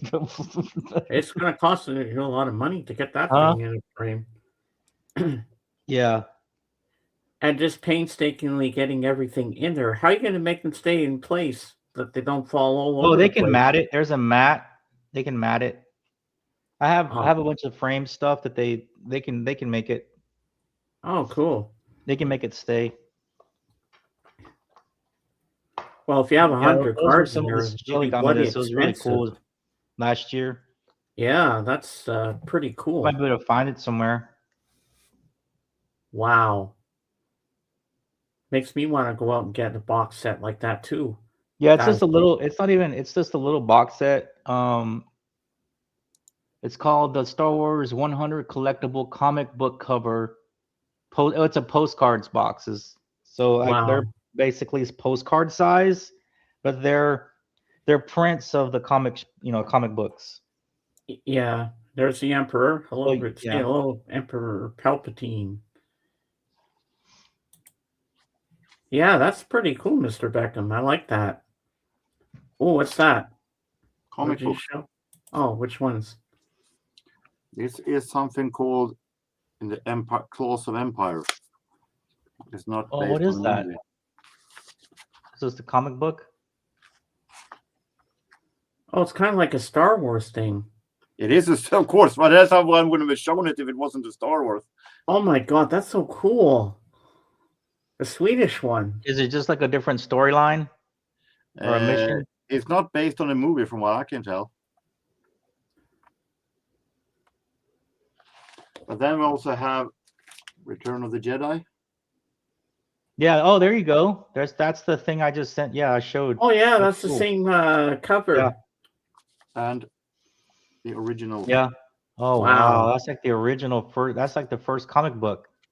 Oh my God, the cover looks really beaten up. Wow. It is a little bit older, so but Oh my God, that is Yeah, so that's like cool. that's long the as I can original read it, I'm comic book. satisfied. Wow, That's awesome. that is cool. Yeah. I like that, Emperor Palpatine. Yeah, I think I have something else I can show you. Is it in here?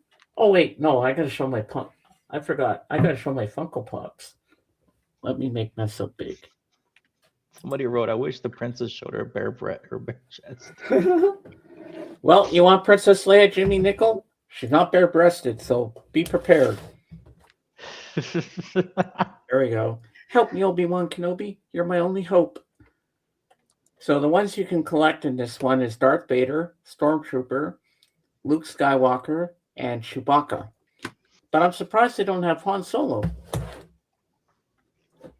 then we have Luke, of course, from the original New Hope. And then we have, of course, this one you're gonna love. Here's Luke Skywalker with Baby Grogu. Now that's cool. And you can also get Yeah, you know what I'm looking forward to? what? This movie.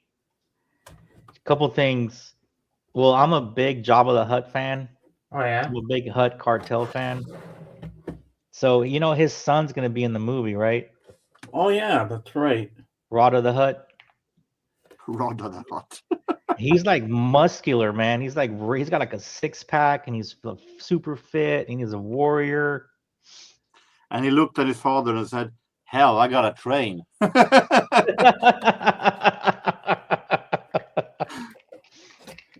Do you remember this character, Mr. Beckham? Yeah, they have and speaking of the Shadow, Darth Maul Shadow Lord series, you have a couple of those guys. You have Marok. I think he's one of the Inquisitors. He's one of the first ones, and also the first brother, or the 11th brother, or the brother from another mother. That's what they name them, sisters and brother, like brother 6, the 6th brother, the 7th sister. Wow. That's how they named them. That's pretty cool. Yeah, I'm excited, man. 2 weeks. I can't wait. I'm taking Friday off, and I'm going to try to watch the movie back to back. So I'm excited. That's going to be cool. Let me check and see when school gets out here. You're worried that the kids are going to go. Yeah. Hopefully the school is not out yet.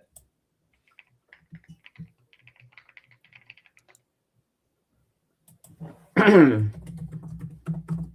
think it's June 4th. Yeah, I'm sure you'll be okay. Yeah, a lot of them end May 28th, 29th, which is the next weekend after that. But some are in early. So I think that would be like the last official week. So I'm hoping they don't get out early or anything. Yeah, so you're gonna play hooky from work and go see. Yeah, I am for sure. I'll even admit it. Don't matter. Oh my God! I wish you lived near me because I would go with you. Yeah, I'm telling the whole world I'm taking off tomorrow. I'm going to go watch Star Wars. So are we getting any more seasons of The Mandalorian, or the movie's it? That's it. I think that movie's going to end this. If anything happens, man, I'm telling you, so I don't know what they're going to do with these sequels. Or does Grogu go after the movie? There's a lot of, we got to let the movie kind of play out a little bit, because now you're talking about after everything that happens in this movie, right? It's going to go with what happens in the end of Ahsoka season 2, which I believe Ahsoka season 2 is going to happen later this year. Well, I can't wait for that. And so they're going to combine the ending of the movie with the ending of the show. Where does Grogu going to fit in all of it? Does anybody die in this movie? Well, I don't, we, of course, nobody knows. Now you're also having to add what happened to this character in the Maul show, right? The little girl, or not the little girl. She's like, I don't know. She might be like 18. I'm not sure. Yeah, she might be 18, 19 because she's something like that, right? But like Vader is like also in that show. He's young. He's what, 24? It's like right after Anakin. How old was Anakin when he turned to Vader? 24, 25. They don't really say what age he is. Well, it's somewhere. It was early 20s, somewhere, or mid 20s, or something like that. So. Yeah, so basically, I don't know if they're going to try to tie in this character that you just saw, that that's going to be become. Well, I don't want to ruin it, but the Devon character, the girl. Yeah. because And she that, would that be. young teenage boy, I almost thought, I had a prediction that these two are going to fall in love.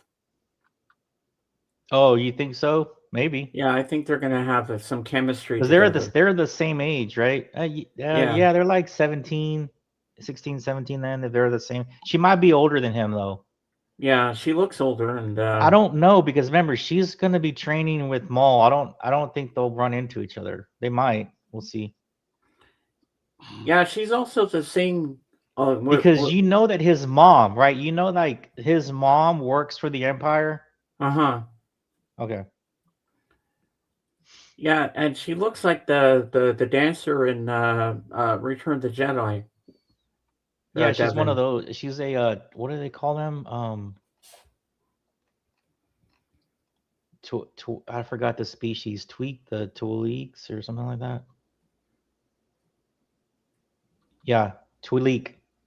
However you say it. That's that's the species of them. And I'm hoping in this Mandalorian movie they'll have more backstory about Baby Grogu, where he's from. Well, he was in a Jedi temple after orders. He's from Order. He was there in Order during Order 66. Did you watch? Did you watch? Yeah, if you watch, did you finish? Did you watch season 3 of Mandalorian? Yes, I did. Yeah, I think that's where they have it to where that one Jedi that's still out there, he grabs Grogu. However, they still haven't, and I've been meaning to ask the question to these YouTubers, these major YouTuber guys that really dissect this, and they really go into the lore and the history and all that. How did Grogu get from being saved by that one Jedi, escaping the temple, the Jedi temple, right, as it was all being run through? How does he go from being saved to ending up on that planet when the Mandalorian first finds him, right? How does Grogu end up there? That's what I've always wondered, and I don't think no one's ever said it, or they've never talked about it.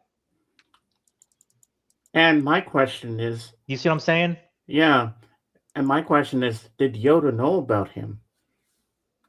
He had to have. He was a student. I mean, he was a youngling. Yeah, because when does the Mandalorian take place after? 5 years after the Return of the Jedi. Oh yeah, because Yoda's dead by then, but I want more backstory on Grogu. Like, where is he from? Well, I just want to know how he got, he was saved. He was a Jedi. Remember, he was a Jedi youngling. He was at the Jedi temple when Anakin is turning into Vader, and he goes there and they kill all the Jedi. There's some that do escape, right? And this one Jedi, based on the season 3, he takes Grogu and he saves Grogu. How does Grogu get from there to this other? He's being kept on that planet where remember, he's the mark. Remember, he's the mark that the Mandalorian is trying to get the bounty on. Yeah. So how does Grogu get to that point? That's what I want to know. Unless he was put in an escape pod. Maybe. That could be a theory, or the Jedi that saved him brought him to that planet to keep him safe. Yeah, maybe. Or yeah, but he was guarded. Remember how he was guarded? Yeah. That's a good, maybe. I mean, maybe it's just that simple. Or maybe in the movie we might get to see this Jedi. Yeah, we might get the back. Yeah, we'll have to see. Did you watch the first? You know that the first 6 minutes is out? It is? Yeah. Oh my god. Yeah, that's on Disney Plus, a special look. Yes. Yeah, I right. saw that. Yeah, there you go. that. Yeah. Have you seen it yet? Yes, I did. It's pretty action packed, but some YouTubers got invited to go screen the first 20 minutes or the first 25. Man, but if it's a 2-hour movie, man, it's gonna so we saw 6 minutes of it, right? Or whatever. We saw that action Yeah. packed, right? Mm-hmm. Then the YouTubers got to see an extra, basically another half of that, or a Wow. little bit more, but they still don't know what happened. So it's like, man, you only have about an hour and a half left. Yeah. I think that's only 2 hours. I'm looking up the running time. Yeah. Time of. It's gonna be moving quick then. It's 2 hours and 12 minutes. Oh, 2 hours. Okay, you're faster at that. Yeah, 12 hours. 12. Why did I say 12 hours? So it's the same running time as Rogue One. Rogue One was 2 hours and 13 minutes. Solo was 2 hours and 15 minutes. Let's see here. Yeah, 2 hours and 13 minutes for Rogue One. You're right. And let's see, Solo. So it's gonna be around the same time. I guess it's gonna be enough. It's just gonna be like, it's gonna have to be like moving kind of quick a little bit. And But Solo is. Where's the running time on this damn thing? I can't see it. Solo was 2 hours and 15 minutes. Oh yeah, right. Okay. Yeah, that's about right. So remember, so Maul Shadow Lord is before the Solo movie. Yeah, because he shows up in Solo At the end, right?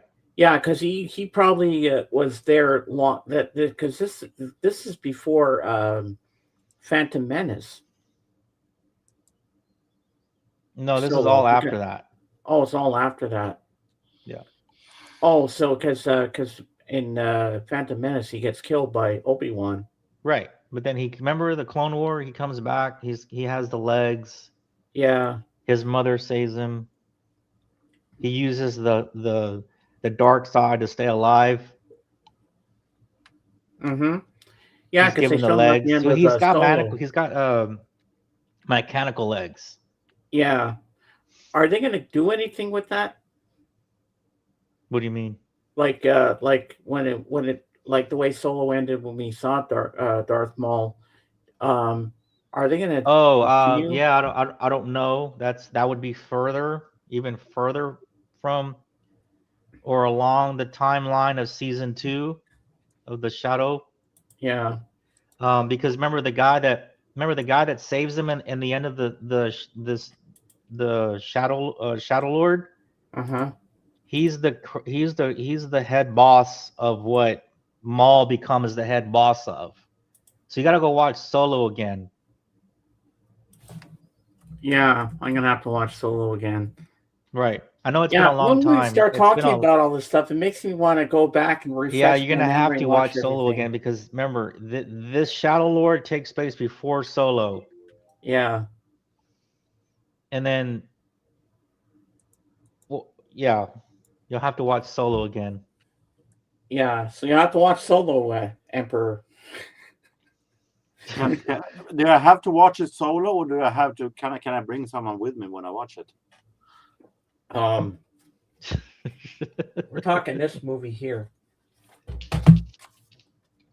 Yes, I Yeah, know but it. I know about it. I'm very impressed that you can keep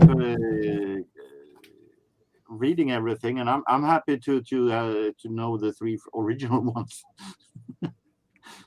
Yeah, I like everything. Every movie was pretty good in its own way, I guess. But are we ever going to see an original, not special edition cuts of the original trilogy? Do you think they're still out there existing, or is it all gone? I don't want to watch I like the editions. I do too. It grows on you, but only one. I like but remember the particular edition that my favorite edition was when they put Jabba in the Return of the Jedi. No, I'm sorry, in New Hope. I'm sorry, in the A New Hope. Yeah, I'm sorry. Yeah. There you go.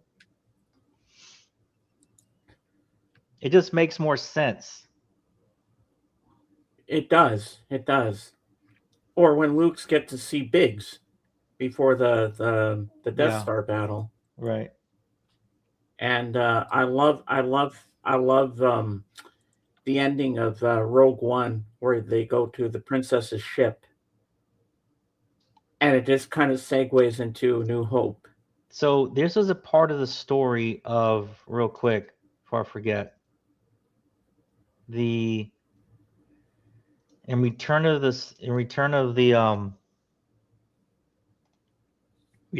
what is it, Sith? Not Return of the what was the last one? The Rise of Skywalker, No. Revenge of the Sith. Yeah. And Revenge of the Sith, Plagueis is, remember, so Plagueis is Sidious's or Palpatine's master in those movies. He gets killed in that one. You don't know it. You have to, it's in the books, right? So, but Plagueis finds out about little Anakin. Okay. And the reason why, hold on. In let's see a second, so I can get this right. There's so much stuff to this, man. I'm sorry.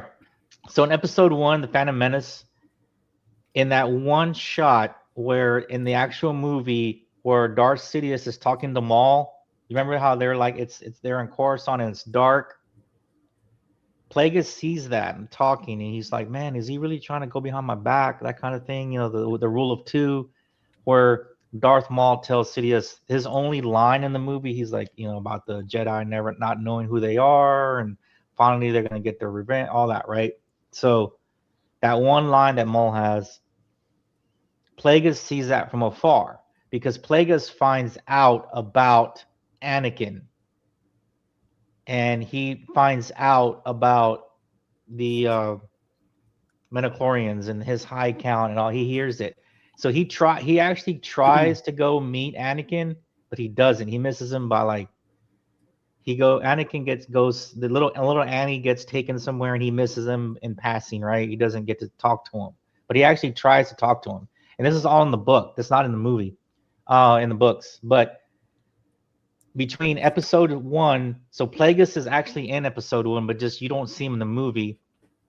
And between episode 1 and the Revenge of the Sith, Sidious kills his master Plagueis, and says becoming becoming Darth Sidious, having all that power.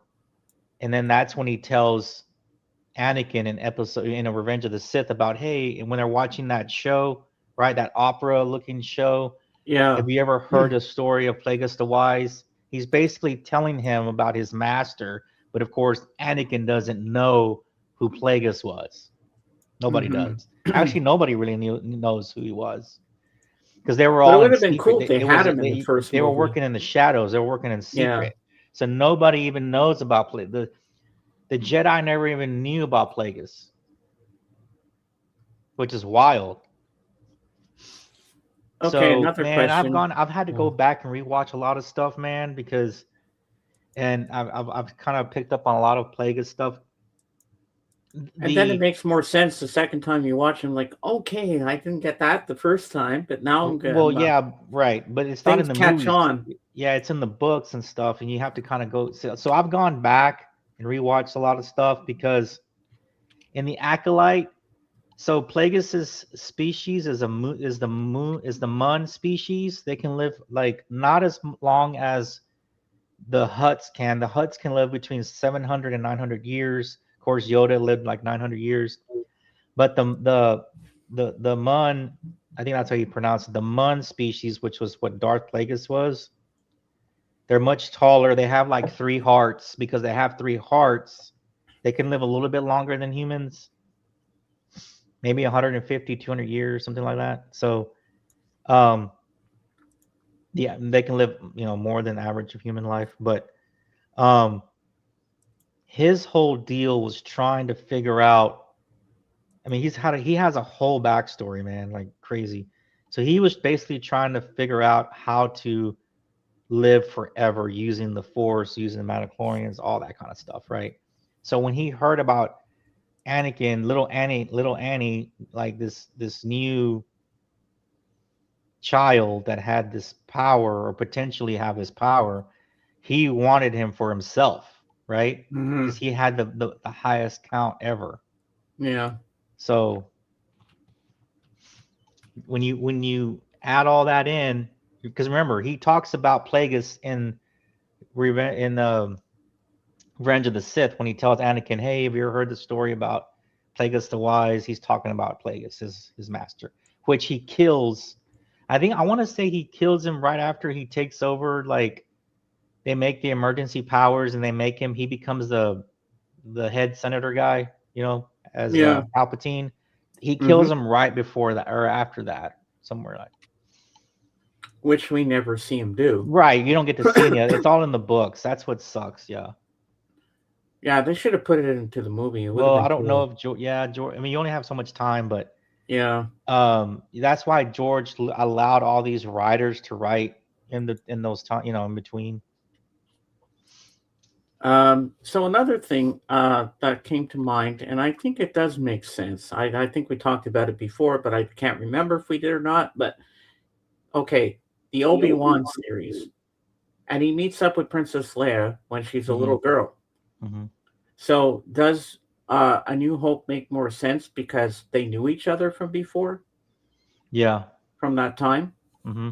Is that what the story was trying to portray? Yeah, it was trying to set up that whole, and remember, Obi-Wan Kenobi had to keep it deep secret, man, because he had to keep Luke and Leia safe. Yeah, because that would make sense. Because when she says, "Help me, Obi-Wan Kenobi, you're my only hope," because she knew him from her childhood, and I do hope they have a season 2 of that. You gotta remember, man.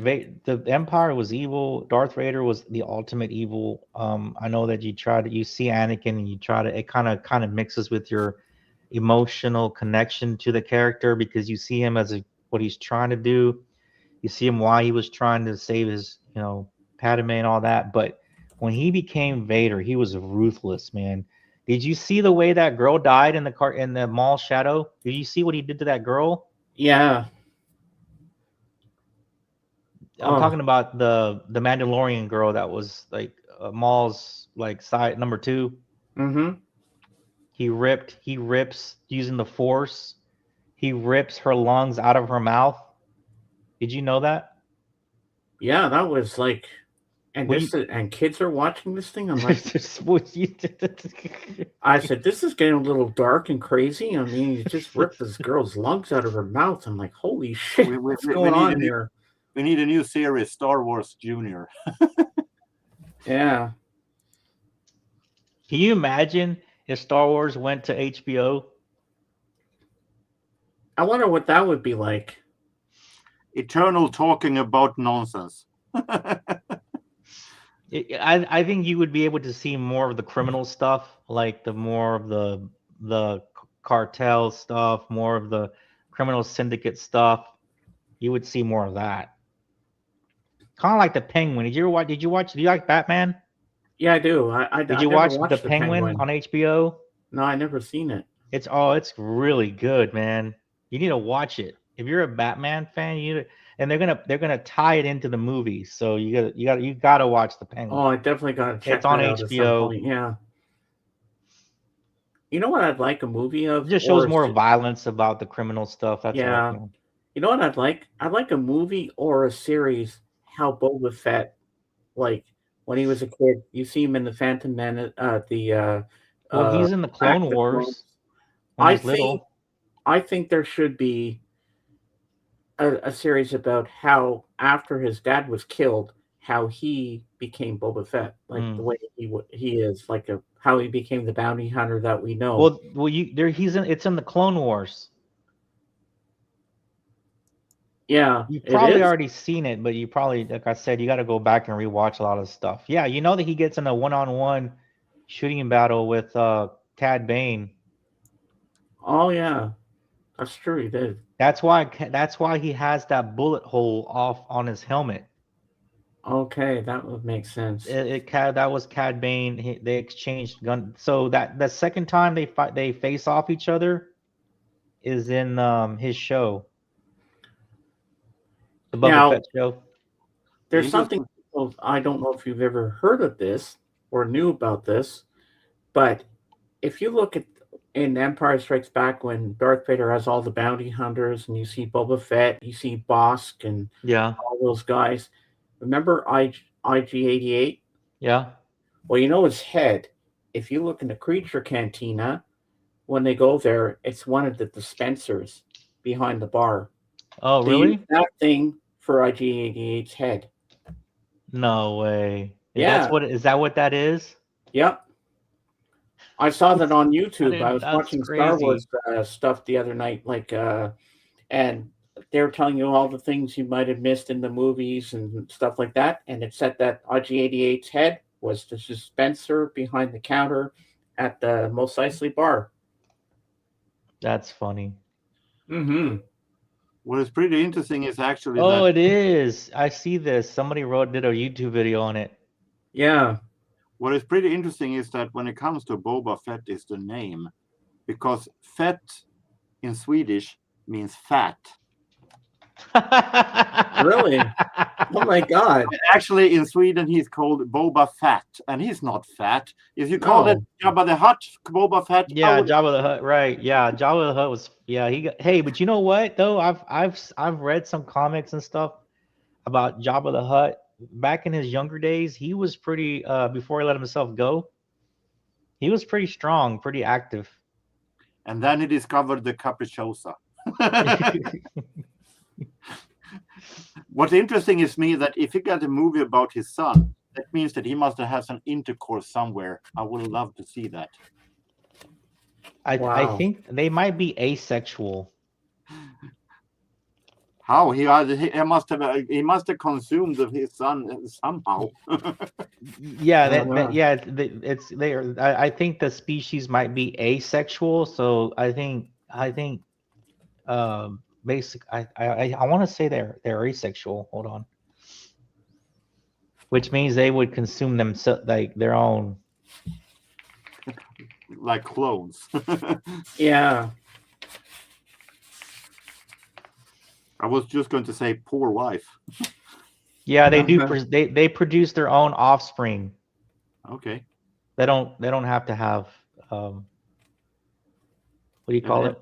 And that's why in Return of the Jedi, you might think that Jabba wanted to be with Leia. No, actually, there's a book that covers kind of that.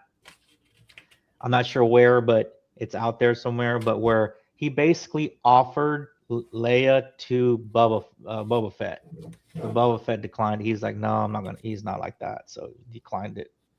I think that if you want to go in that direction, it's kind of out there, but it's it's not every man and woman drives a sigh of relief.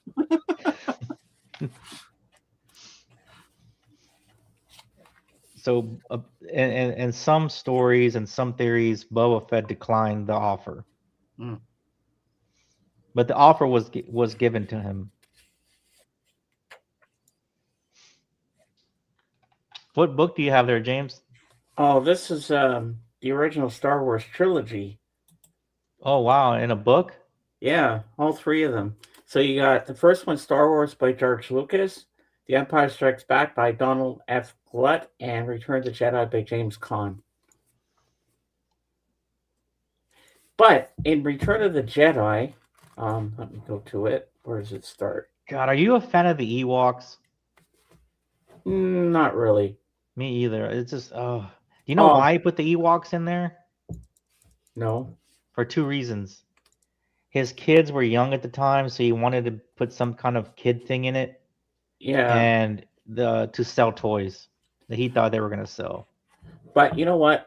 the song. I'm glad he changed the song in there because I hated the Ewok song at the end. Nit nit nit nit nit nit. I thought it was a stupid song. I'm like, what the? I know. I'm not an Ewok fan, but you know. But whatever. what I find cool about this is like the opening scene. Like they have the prologue, like with Darth Vader and the Emperor's coming here. We shall double our efforts. You know. Um, so when it starts, We should double our efforts. He's scared. Yeah, but here it's a different opening. See, when we get to Tatooine, I can't pronounce it. How do you Tatooine. say it? Tatooine. Tatooine. Okay, I got it. And they're going to Jabba the Hutt's palace. R2D2 and C3PO. Yeah. So they're going there. That's how that after we finish with Darth Vader and that, and he's talking about the Emperor coming. Then it cuts to the scene where they're going to Jabba the Hutt's palace, 3PO and R2.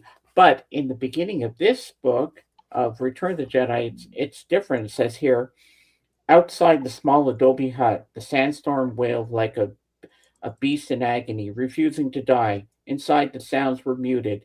It was cooler in the shelter, more hushed and darker, while the beast without howled. In this place of nuance and shadow, a shrouded figure worked, tanned hands holding arcane tools extended from the sleeves of a caftan-like robe. The figure crouched on the ground, working. Before him lay a discoid of a device of strange design, wires trailing from it at one end, symbols etched into its flat surface. He connected the wired end to a tubular, smooth handle, pulled through an organic looking connector, locked it in place with another tool. He motioned to a shadow in the corner. The shadow moved toward him. Tentatively, the obscure form rolled closer to the robed figure, and it was R2D2. As it approached, pausing when it was just a foot, blah, blah, blah, blah. The shrouded man motioned the droid nearer still. R2D2 scooted the last distance, blinking, and the hands raised toward his domed little head. The fine sand blew hard over the dunes of Tatooine. Now they're going to Jabba the Hutt. See, that's when, at the beginning, it's showing Luke creating his new lightsaber. That we don't get to see in the film itself. But I thought I like that opening in the book, which I thought would have been cool. Yeah. To be in the movie as you see him making it. And now you see the connection there? What he's doing? He's putting his new lightsaber into R2 for when like the pit of Carkoon scene, what we see there. When he nods to R2 and then the lightsaber pops out and he flips and takes it. So that's what it's leading up to later. So that kind of makes sense, doesn't it? Yeah, the thing about Luke, so the cool thing about Luke is that during his training, he's acrobatic. Yeah. You know, he does a lot of flips in the air. When he does them against Vader, he does it to get his lightsaber, right? That was one of the cool things about Luke is that was kind of his fighting style.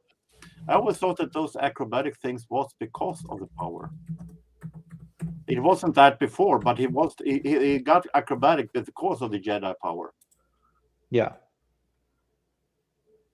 I'm just saying about, I just thought it was real because you know how Darth Maul was like, he used karate. Yeah. He kicked and stuff. And then Luke is acrobatic. He uses flips and stuff. Just different fighting styles, I guess. Vader is very limited though because of his suit. He's strong instead. Yeah. And also he says, I like when Yoda says to him, when I am gone, the last of the Jedi will you be. So that would make sense for the Last Jedi movie. Yeah, I don't know what they're gonna do with those still, man. They might retcon them. Yeah, because they're making a new series of that. So you know what that means, right? What? That means that they wouldn't count to the story, the official story. So I don't know what they're gonna do with that. I think Mr. Beckham, you and I have to go to the studio and we have to make sure they do a good story with those trilogies. And we Yeah, had I don't know if Darth Ray Maul. is gonna be. I want Darth Maul in there somewhere. Do a good story or else. Yeah, I don't know if Ray is gonna be. I mean, I don't know what they're gonna do with Ray. I'm not sure, man. I want Ray to do a lightsaber battle with Darth Maul. That would be cool. So I don't. They'd have to bring him back again. I don't know if they will. His mom's dead. They left him hanging from Solo. No, he dies in Rebels. Oh yeah, Rebels. Yeah, Star Wars Rebels. That was another good series. Kenobi. Remember, he finds Kenobi. They have another face-off in Rebels, and Kenobi kills him, and he burns him a lot. He burns his body. I don't know what you could. I don't know how you could bring. I mean, you can bring anybody back, I guess, but I just don't know how this time. Because remember, his mother was a witch. Yeah. And she brought him. She helped him the first time. But how did Anakin's mom get pregnant? Like, it was kind of like Force. Immaculate conception of some sort. Through the Force. So basically, there was no father. She just automatically got pregnant, didn't even know about it. I guess basically. Now, you want to hear a crazy theory? I sure do. It worked for Mother Mary. Plagueis wasn't Luke's father, no, but Plagueis like planned her to get pregnant somehow. Because remember Plagueis' whole thing was trying to figure out the Midichlorians to be able to live forever. That's a crazy theory that Plagueis somehow got not he wasn't the dad, but he got her pregnant for that purpose. Mm-hmm. So that she would give birth to Essence, a child that had the highest count ever. Remember? Yeah. Anakin did. So that's a wild theory, but I don't know. You'd have to connect all that and write it out. But other than that, if that's not true, then the Force created Anakin. But would have been, what would have been cool in Attack of the Clones, the second movie. It would have been cool if he was having his young Padawan Ahsoka. Do you think that would have been cool? Anakin. Oh, in the movie? Yeah. Well, Attack of the Clone. Well, remember the Clone Wars start after that, so that's when he gets hurt as the apprentice is in the Clone Wars. So it's after the movie, but before Order 6 or before Revenge of the Sith.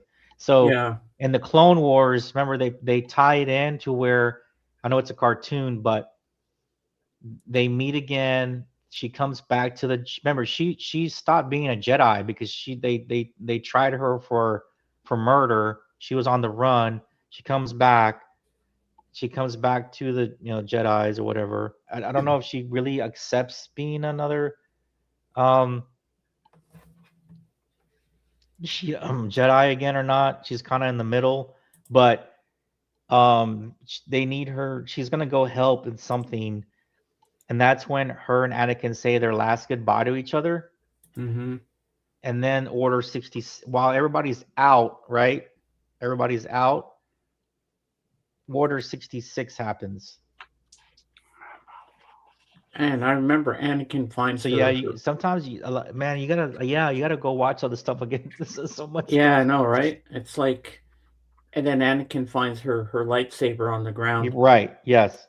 That scene made me I was bawling my eyes Yeah, out. and then that's where that ends, right? Right where that ends, then this show starts. The Michael, Darth hey. Maul, Lord Dark Shadow show starts. Hi, Sarah.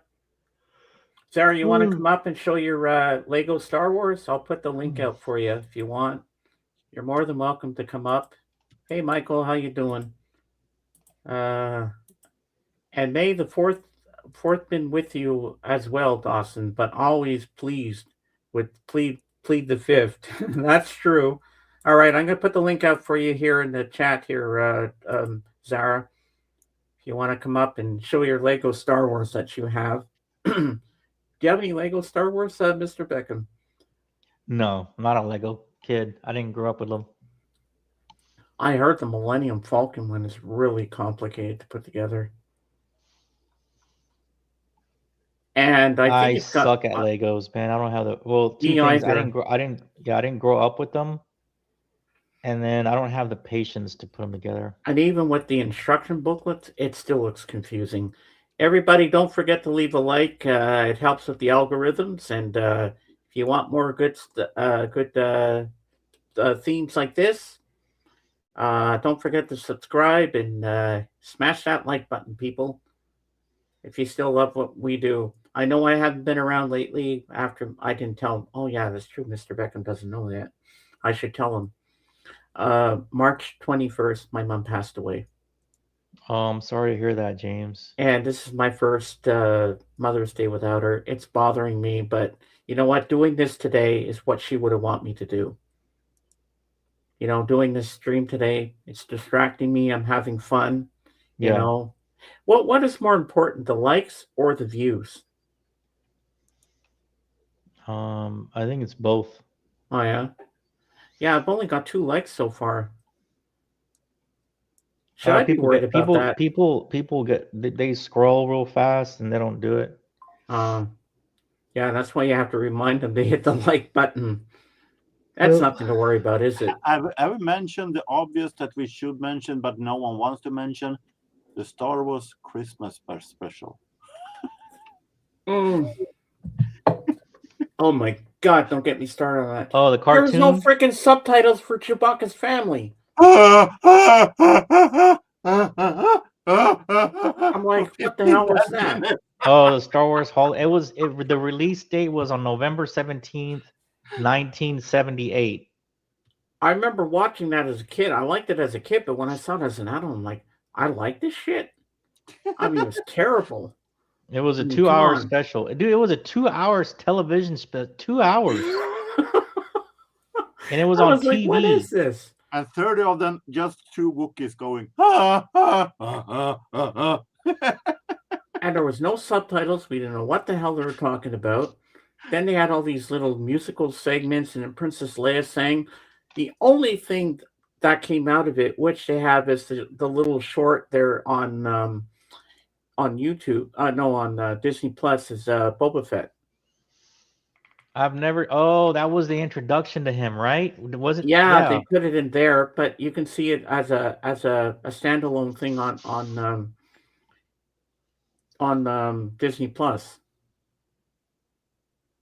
Have you seen it, Mr. Beckham? No, I've never seen it. You have to watch it. It's so cool. Yeah, it's really neat. I've never seen it. Another I watched because it's Star Wars. You know, it came on in 1985. Then they had a sequel. Was the Ewok Adventure? Oh yeah, I was looking at that now. Hold on. Yeah, so the Ewok it says. Well, the Ewok Adventure, 1984. Like a Tawani family spaceship shipwrecks on the forest moon of Andor. Did you watch that? Yeah, I did. A long time ago. I was too little. I didn't watch it. Hey, Dark Wizard. Welcome. Then after that, there was so that was in 1984. In 1985, there's the Ewoks, the Battle of Endor. Man, why did they keep doing Ewok stuff? I didn't even know any of this. Then they had the cartoon Ewoks series. Yeah, that might have been. Yes, yeah, you're right. It was the TV series. I don't know if it was cartoon or not, but Ewok. It was just called Ewoks from Yeah, it was cartoon. 1985 to 1987. I don't even remember. I've never even seen any of that. Can't show all my face. Squeezing everything out of the series. Can't show all my face minifigures. Okay, here we go. Here's Zara. Hold on, I gotta get this thing down. All right, let me make you big, Zara, so you can show it. Okay, hey Zara. All right. Oh wow. Oh, that's so cool. Nice.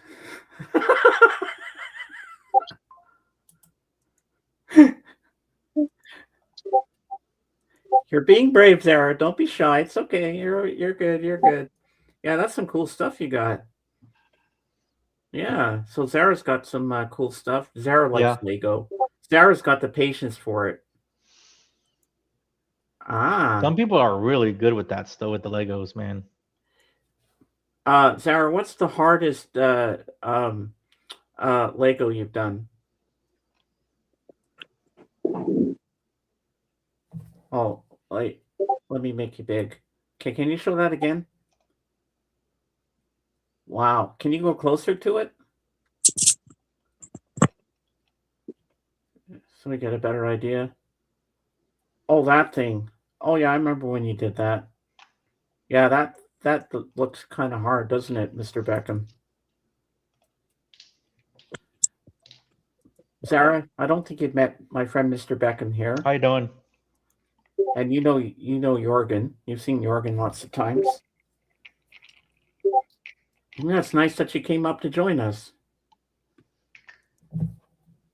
Yeah, you can show it whatever you want to show. Is that all the Star Wars stuff you have? Do you have any of the movies? Oh, just this. Okay. I love that big grin she gives. It's so cute. Aw.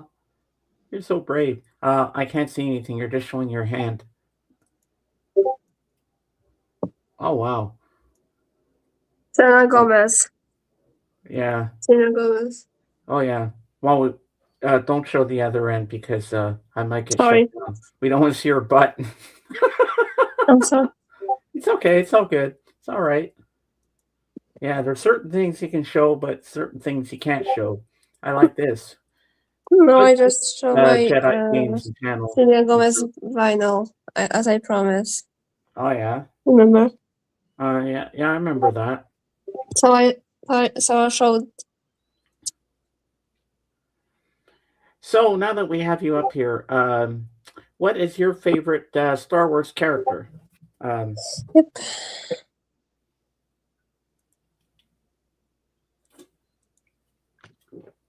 Zara, what's your favorite Star Wars character? Oh, she's got shy. She gets shy sometimes. That's okay. Who's your favorite character, Mr. Beckham? Oh man, probably Luke, like everybody. Yeah. Mine is Luke too. I mean, I like Han Solo too, but I think Luke is pretty cool. There's a bunch of great characters, man. I mean, even like Darth Maul is really cool. Bad character. Yeah. Man, I mean, the way Sidious, like Palpatine, the way he took basically the whole. Like I said, man, if you follow his story with this master Plagueis, and how they worked in the shadows to infiltrate banking systems, the Senate, the trading, all that stuff, it's pretty cool. There's a bunch of great characters. It's kind of hard to pick one, to be honest.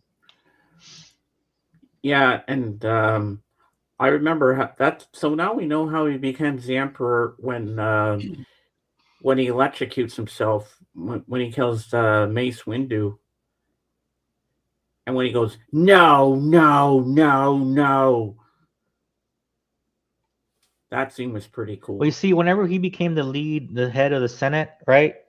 Him and Plagueis were celebrating, and Plagueis he drank too much. He got drunk, and because he got drunk, he couldn't fight off Palpatine. Mm-hmm. And that's how Palpatine kills him. He kills him with the electricity.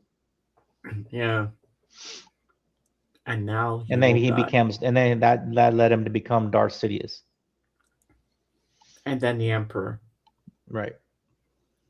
And I just love the when they play the Duel of Fates, and you see Ray Park playing Darth Maul, and I like boom, the noise of his lightsaber with the double blades when he spins it, it's going around, and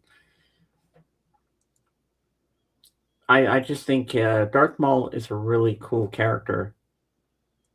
But you know what would have been cool?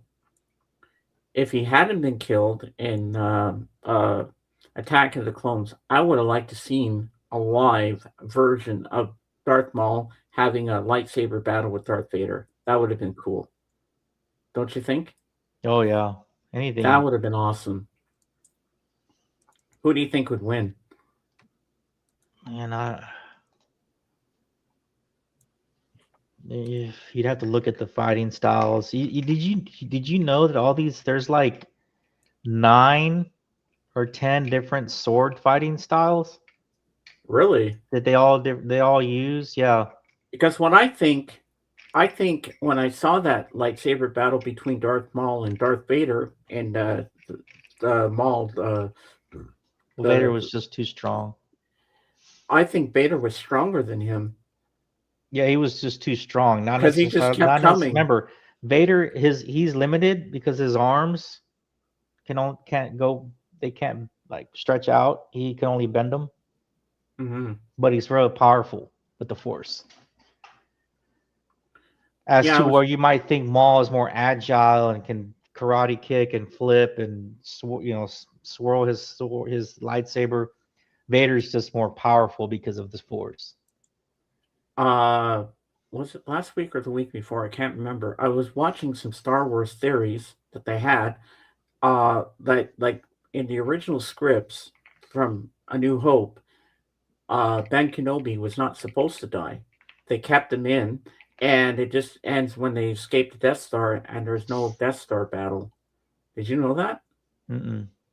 Yeah, I was watched that. I said, whoa. But then they changed it, and they said, we got to have a final battle. And then Obi-Wan was actually killed.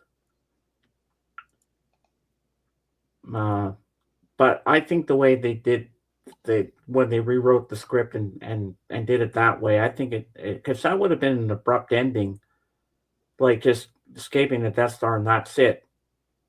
Because that's the original way it was going to end. And now they're coming up with theories, like for a lot of movies, like there was banned alternate endings for movies like Raiders of the Lost Ark and some other movies like that. Oh yeah, they even had a banned one for Empire Strikes Back. It had a whole different ending. I was like, really? Yeah, it's probably always alternates. Yeah. But why would it be banned? That's the part I don't get. I mean, there's nothing racist in it, or I don't know what they would see that would make it banned. Because we didn't have the ending where they're on the medical frigate and stuff. And the Millennium Falcon didn't go off to save Han or something like that. That's what they said. That was the original way it was going to end. It wouldn't have gone that far. So we wouldn't have had the scene where Luke is trying out his new robotic arm and his hand. That would have not been there. like after Darth Vader, that it would have just like when they had the lightsaber battle and Luke escaped, and they took him in the Falcon. That's where it was going to end. But then they added the ending later on, what the way we know the ending of Empire, because the original way they had it, it wasn't going to have that ending, so we Yeah. wouldn't have had Lando and Chewbacca going off to find Han at Jabba's palace. So there's a lot of interesting tidbits. Yeah, I like to look for stuff like that on YouTube and say, "Oh, this looks interesting. Let's watch Oh it." yeah, there's a bunch of stuff. Especially a lot of the fan base is doing their own AI stuff. Yeah, So you like can what if see a this lot of the happened? AI stuff. Yeah. Luke after like Darth Vader after he kills Obi-Wan and stuff like that. Like those little storylines are really cool. Like watching those things is like it's interesting. It's AI, but it's still cool Yeah. the way they put those all together. Oh, yeah, it's amazing the skill set that so Disney or Disney Star, Disney saw that this is interesting. So Disney saw the ability of all these creative fans being able to use the AI, that eventually they're going to allow people to do their AI on their own platform, like Star Wars platform. That they'll have the AI that you can use, so that, I mean, I guess you wouldn't get in trouble, right, with the rights and all that kind of stuff. So, and they might use one or two of the best AI, creators. Who knows? But that's probably coming here. It was supposed to already happen, but Yeah. I think that's going to come in the future. So, Disney Star Wars is gonna do their own thing to where creators can use their AI, basically their tools, and be able to create. I'm not sure if they're gonna like hire the best ones or whatever, but that's Mhm. something to look forward to, I guess. Oh yeah, definitely. Dark Wizard says, I have the first 3 Star Wars movies on VHS. Haven't watched a long time. No VHS player. Someone can see them when turn them in to the record store or some place someday. Don't turn them in. Keep those because those are the original Yeah, versions that of might be it. some of the original stuff, not the recreated. Yeah, Dark Wizard, don't get rid of them. Keep those. I'm sure you can find on eBay or in some thrift store. You can find a cheap VCR, and then you can watch them again. Don't sell those. Keep those because they're worth something. Yeah, but you know what? After a while, the new special editions really do grow on you. All right, I'm going to show you something here. Um, I'm sure you've seen this before, but I'll show it again anyway. I'll make myself big. Yeah, okay. Got another shot of my shirt here. Pretty cool. You remember Dave? Dave gave me this for Christmas. I love this shot right here of Luke walking backwards, and then you see Anakin. Mm-hmm. That is so cool. And there's the back. Slides open like this. The artwork in this is fantastic.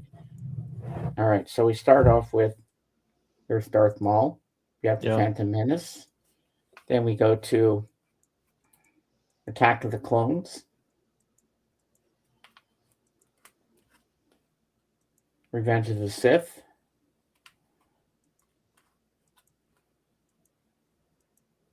New Hope. And the darkest one of all, Empire Strikes Back. And we have Return Oh, I of the love Jedi. that. Yeah, that's really cool. This shot is nice, and there's the Emperor. You know what? I just real quick, keep that up for a second. So I read like 2 weeks ago that the reason why when you see the movie, you think that Vader is protecting the Emperor because Luke lashes out at him, right? In this shot. But it's what it really is Vader is protecting Luke from killing Sidious to keep him from going to the dark side, because if he were to kill him, that anger and that darkness of killing him, he would have took him to the dark side. Oh, So I in never knew essence, that. Vader is actually saving Luke, not what you think that he's trying to save Sidious, protecting him. Ah, oh, cool. I never knew that. Yeah. And then we have the special features disc. There's Boba Fett, but I don't know what this creature is. I don't think we've ever seen this creature, have we? No, it looks like some kind. Oh, is it one of the dragons in the Yeah, What do one you of those. Yeah, in the the ones in the Attack of the Clones? Is it one of those dragons? No. maybe. Oh, wait. Who's riding it? It's Boba Fett. Oh, then I don't think we've seen. We might not have seen it. No. And then this is the bonus disc number 1. It's disc 1 bonus disc, episodes 1 to 3 archives. The archives are pretty cool. And then we have Han with the Ewoks. So we have episodes 1 to 4 to 6 archives. Yeah. And then we have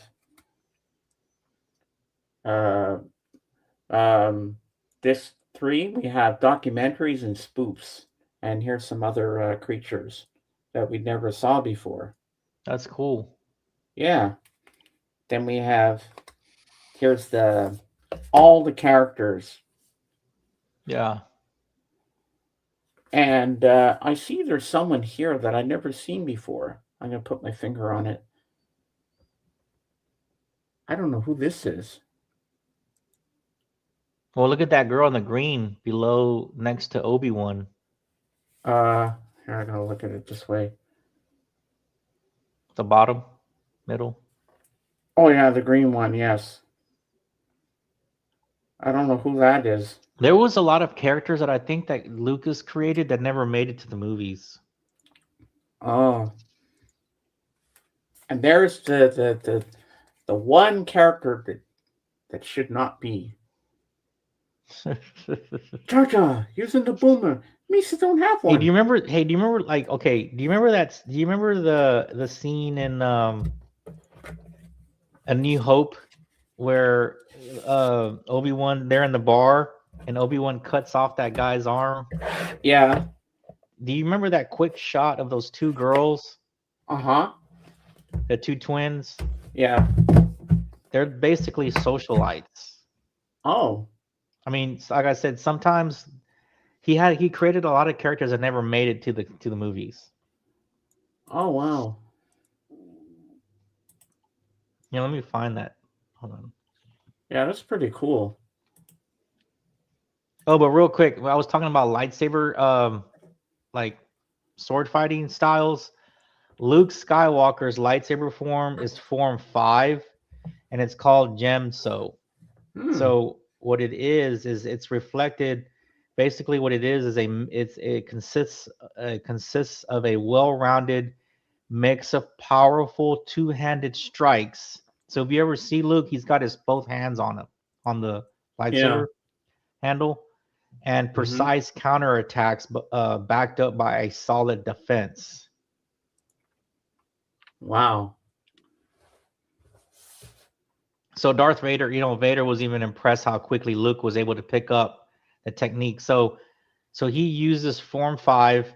Then as the story progresses, he ends up learning Form 3, Soresu, down the road, like after Return of the Jedi.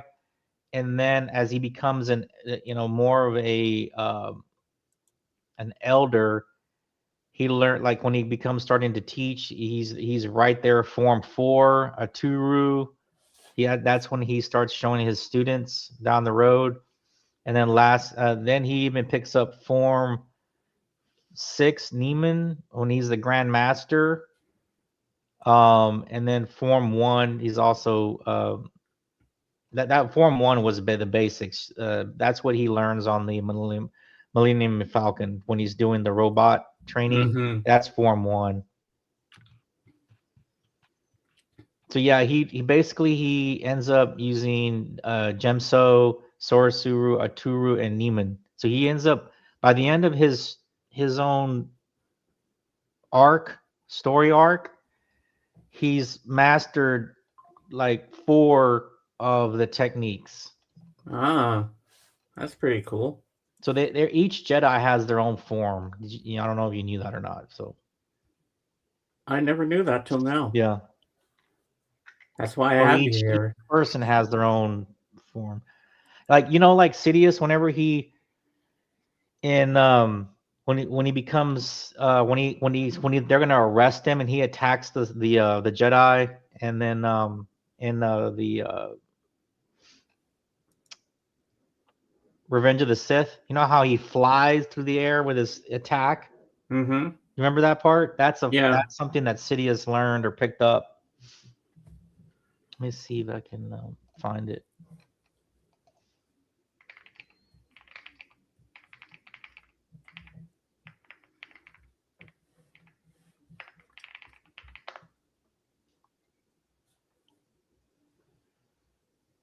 So he uses Emperor Palpatine. He primarily uses Form 7 Jujo. It's also it's a highly aggressive, unpredictable lightsaber style designed to overwhelm opponents with anger and speed. Mm. That's cool. Ah. And that's why you see him like in that one scene, he flies like, well, I don't know if you know how he jumps like and he comes at them really hard. Yeah. So his style is not about technical perfection, but raw power and superiority. But it can be reckless. Maybe that's why he didn't do very well. Actually, I think he did pretty good against Yoda. Mm-hmm. Yeah, that's where Yoda failed. Remember how they fight in the Senate? Yeah. they throw all those. It's kind of a funny scene where they're like trying to knock each other with those seats. Mm-hmm. Remember that they're both using the Force, and they Yeah. fall back and all. It's kind of crazy. I thought it was funny because everybody cracked up in the theater when I first saw it, because I saw the sneak preview of it before it actually was released in the Yeah, theater, because my friend got us tickets to go. So I went with him, and I just had one of my wisdom teeth pulled out, and I was drugged up, but I still went. I said, I'm yeah. going tonight. I have to see this. And I remember the two royal guards, the red guards that were standing on Oh there. yeah, and And Yoda walks in, he just yeah, just knocks him right out. Everybody laughed. That was funny. yeah. But Yoda, Yoda's a Jedi Master, and he's supposed to be strong with the Force. Like, how could he fail? And Palpatine just took him over. Well, I don't know if he necessarily took him over. I think he just wore Yoda out. Yoda's also old. Yeah. He was, how old was he? Hold on. Not to mention small. Well, like he says in the Empire Strikes Back, I was going to call you Yoda instead of Jorgen. He says, "Judge me by my size, for my ally is the Force." So it's not about size. Okay, so by the time in Return of the Jedi, he's at 900 years old, so he's like 800 something. In Revenge of the Sith, he's about 877 years old. Now, Or he would have been 900. He dies in Jedi, yeah. Oh yeah, so 900. I think I might ask you this a long time ago, but I'll ask you again because I'm still confused with this one scene in The Empire Strikes Back when he goes into the cave and he says, "Your weapons, you will not need them." Why wouldn't Luke need his weapons if he was going into the cave and he met up with Darth Vader? Well, that's a vision. It was a test. It was just a vision. So how did he fail? He didn't. It wasn't a pass or fail. It was just a vision to basically face a fear of his. That he might. And his fear was dark. Vader, but he sees his own face. Mm-hmm. And that's telling because he doesn't know that that's his father yet. Oh, okay. Because then Yoda says, that is why you fail. Well, yeah, because you can't be scared. It was basically trying to face your fears. That's why you're going into an unknown area, right? You don't know what you're going to face, and then you see this at the time everybody knew about Vader. He knew he had to face him, and there was this big monster looking thing, right? That you've made this thing more. You got to have the confidence to fight him. If you don't, you're going to just die Because let's face it, or at get that killed. point, I'm sure Luke was scared. Of course, because he But he knew he wasn't a had to Jedi face yet. them. Right. Yeah, he he was had to still face them. training. Right. He had just started his training. Remember, even after the Empire Strikes Back, he's not even a Jedi yet. Even in Jedi, he's not a Jedi yet. But he In Return of says the it, Jedi, he's not a Jedi yet. but he says to Jabba the Hutt, I know, but he was lying. "Oh, I didn't know that. I thought he was a Jedi then because he had No, all the he's dark not. robes That's on why and he shit. has to go. He still remember when he visits Yoda, and Yoda's like, "You're still not," or I don't know what he tells him, but you're basically, he's like, he becomes one when he beats Vader. Oh, okay. So we have to defeat Vader, then he would be a Jedi. Right. But Go back and just watch that scene where he meets Yoda in Return of the Jedi. yeah, And that's when he tells him about another, and that could be that's when he finds out about Leia. yeah. But we don't know that till the next one, till Return of the Jedi. No, I'm That's talking when- about in the Return of the Jedi. Yeah, Yoda tells him about Leia. yeah. Right. Leia. So Leia's he my lies. sister. He lies to Jabba. Jabba was like, he blew him off. I know you're not. Okay. Did you know that? I'm telling you, man, this is all in the books and comic books. Okay, so Jabba somehow gets there was a whole battle. There was a whole war for the frozen Han Solo. There was a whole war with that. Did you know that? No, I didn't know that. Yeah, so there was a big auction happening. Some of the Hutts were there. Long story short, Vader kills all of the Hutts except he lets Jabba live for some reason. So he kills all the Hutt, all the head of the family. There was like 5 Hutt families, right? They all had there was a Hutt council, right? I mean, it's in kind of in the Clone Wars too. So anyway, at the end of it, Vader just wipes them all. I mean, he just goes to town on them with his lightsaber, right? But he lets Jabba live, and then Jabba somehow obtains, because Jabba was going to bid for him. Mm-hmm. Was going to bid for Solo, and Crimson Dawn, the girl from Crimson Dawn, right? She's the one in the Solo. You have to go watch the Solo movie. Yeah.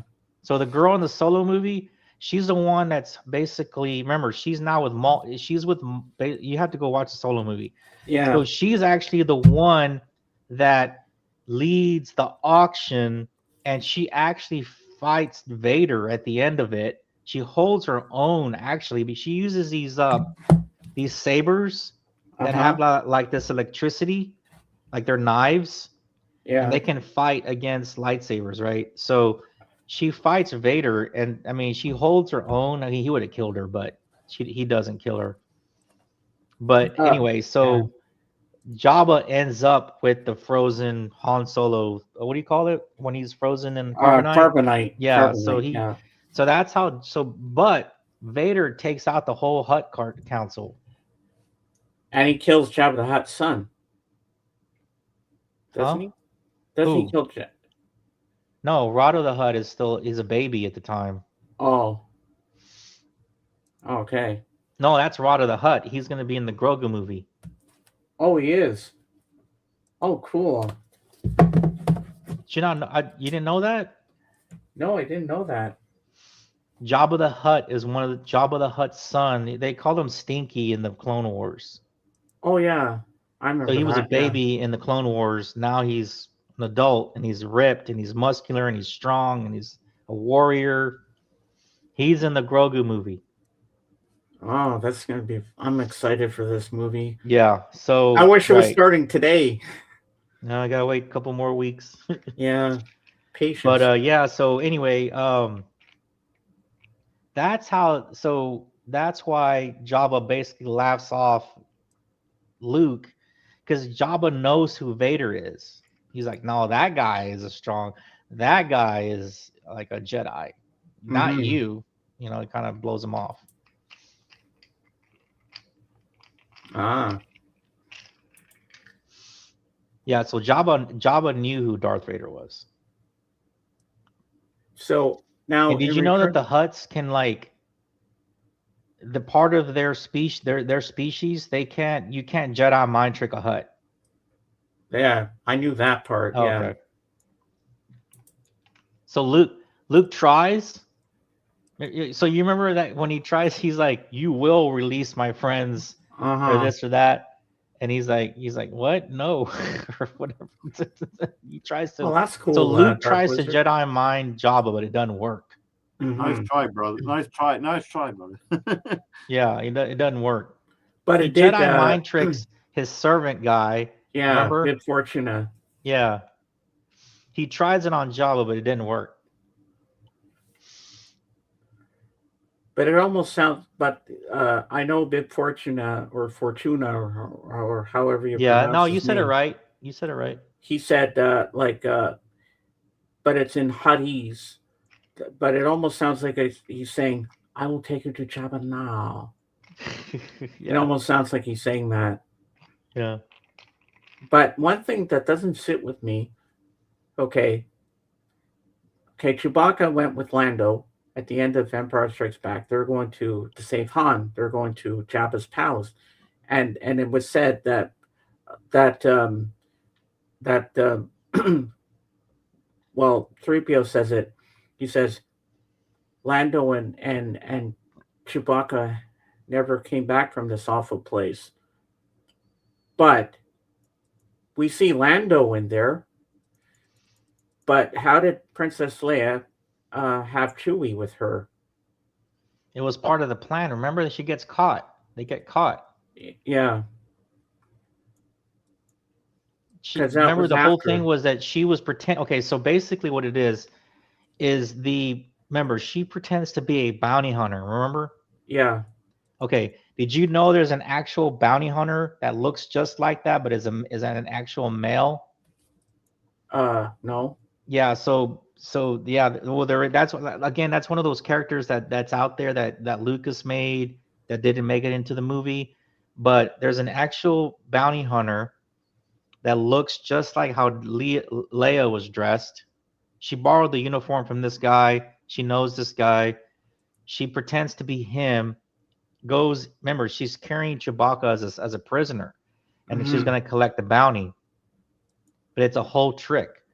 So yeah. So that's what that was. Because Lando was already there. Right. He was already placed in there. Right. It was part of a plan. Oh, okay. Now it makes sense. It was part of a whole plan to help get Han out, or whatever. It didn't work, but it didn't work, but it worked in the end.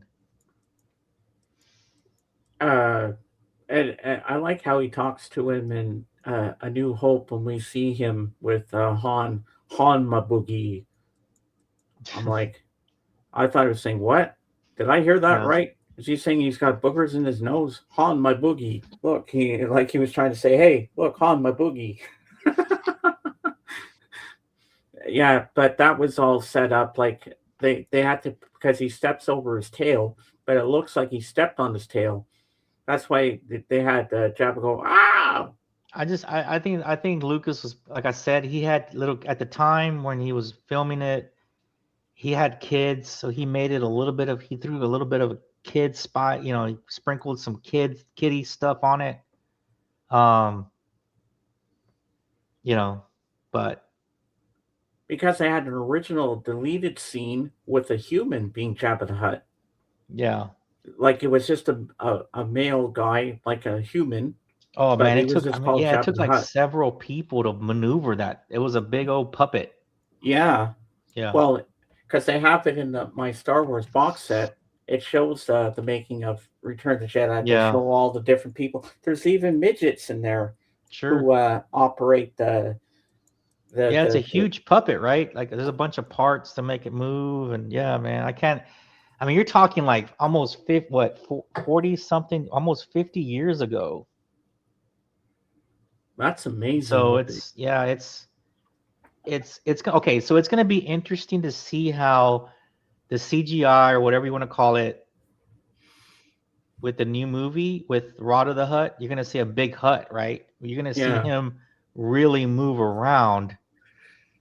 It's gonna be interesting to see in the new movie how it looks with how he moves and Yeah. fights, and because you've seen some of the clips or whatever previews Yeah. where he's fighting Mando. So Mhm. how is it gonna look? Is it gonna, you know what I mean? Like, so Well, I mean, with there's CGI, no way you could have done the scenes with him fighting Mando like with a puppet. no, that would not work There's no way. unless they tried it with stop motion animation, which they did with the No, Rancor. that would be too difficult. But there were some scenes with the Rancor where it was a hand puppet up close, Yeah, but like you a could big tell it was action stop figure, motion. like a big action figure. Yeah, Yeah. I mean, stop motion was what they used in the Harryhausen movies, like the Jason and the Argonauts and all that kind of stuff. They had the stop motion animation. Like if you look at the 1930s King Kong, that's stop motion King Yeah. Kong. Yeah. They even had Godzilla, I think, as a stop motion back in the day, if I remember correctly. You see them fall over and they're like, "Ah." But you know when what? he's Stop fighting motion when really he's worked. fighting those dragons. Yeah. Then if you look at 1981's Clash of the Titans, Oh god, that looks so terrible. I'm a fan of it though. I love the movie, but god, it looks terrible. but some of the stop motion is really good. Like the Medusa, Yeah. that was well done. For its time, yes. And the two-headed dog. Yeah. I mean, that was good for the time because they were going back to the old Harryhausen movies because I like the way they did that. Yeah. I mean, I'm a big fan of it. Then they did the remake of Clash of Titans. It was okay, but it was not as good as the 1981 version, which I own. Well, I think the 1981 version had a better story. Yeah, it did. And you had the written out story. And you have Calabos. Yeah. Oh, here's Roger. He always you had the devil. James, don't fall for the propaganda. There were loads of innocent contractors on the Death Star. That being said, I always love it when Gandalf says, "Use the Force, Harry." I love when he gets to the punchline of his stories. Roger, we love you, man. May the Force be with you today, my friend. Yeah. Yeah, I'm excited, man. I can't wait for 2 weeks. I'm excited. I know, me too. But my sister said for my birthday, which was April 11th, I turned 57. I'm an old man. She said in her birthday card to me, I'll take you to a movie of your choice. So I know she won't want to see Mando, which I really want to see. She's going to take me to see Michael. Because I like Michael Jackson. I want to see that. Oh, that's right. That's out now. I heard. Has anybody seen it? A lot of people have said it was really good. Yeah. Then they're making a sequel. Like all the allegations and stuff. That's what the part 2 is. But this one sticks to his life story, how he started out in the music biz with the Jackson 5 and how famous he got as a solo career and that. And it looks. Does it talk about the burning hair incident with Pepsi commercial?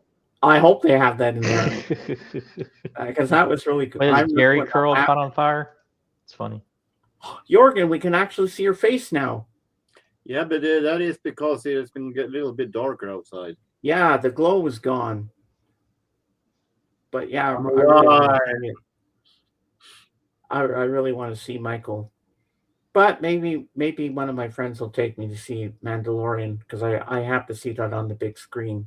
But eventually it'll come to Disney Plus. Like everything else does, you know. Yeah, I think Ahsoka season 2 was gonna come out later. Hold on.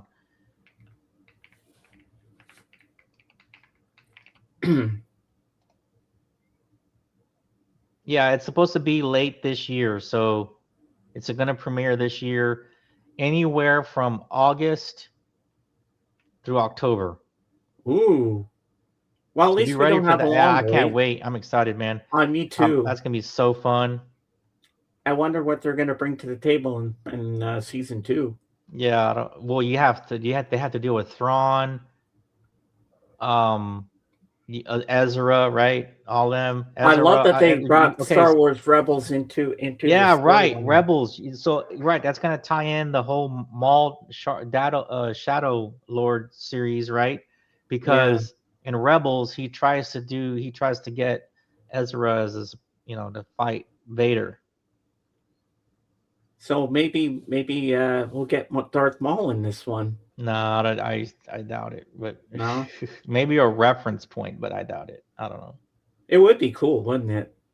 You'd have to bring him back. Remember, he's dead. Oh yeah, that's right. Yeah, Because Obi-Wan killed him as an old guy and Maul as an old guy. They face off one last time, and Obi-Wan Kenobi kills him on Tatooine. And Maul figures out that Luke is there. He has to kill him. Okay. It's in Rebels at the end of it. Yeah, I'll have to watch Rebels again. Yeah, it's called the Battle of the Two. Hold on, it's called something. There's a lot going on right now, which is fun though. I mean, there's a lot to like go. You have to kind of go back and stuff. Yeah.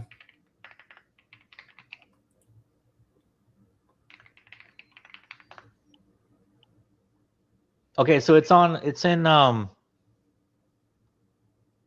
Rebels season 3. So it's in season 3 of Rebels.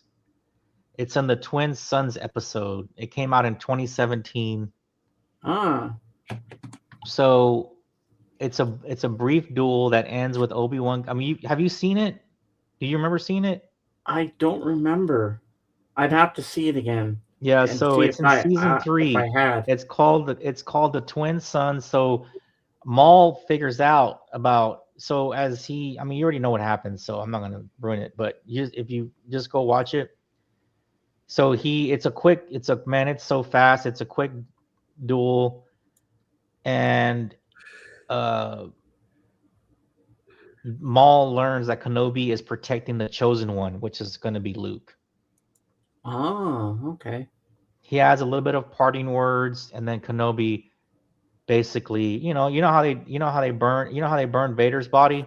Yeah, that's what he does to Maul. So he burns him. So, I don't know. I remember the sisters. So his mother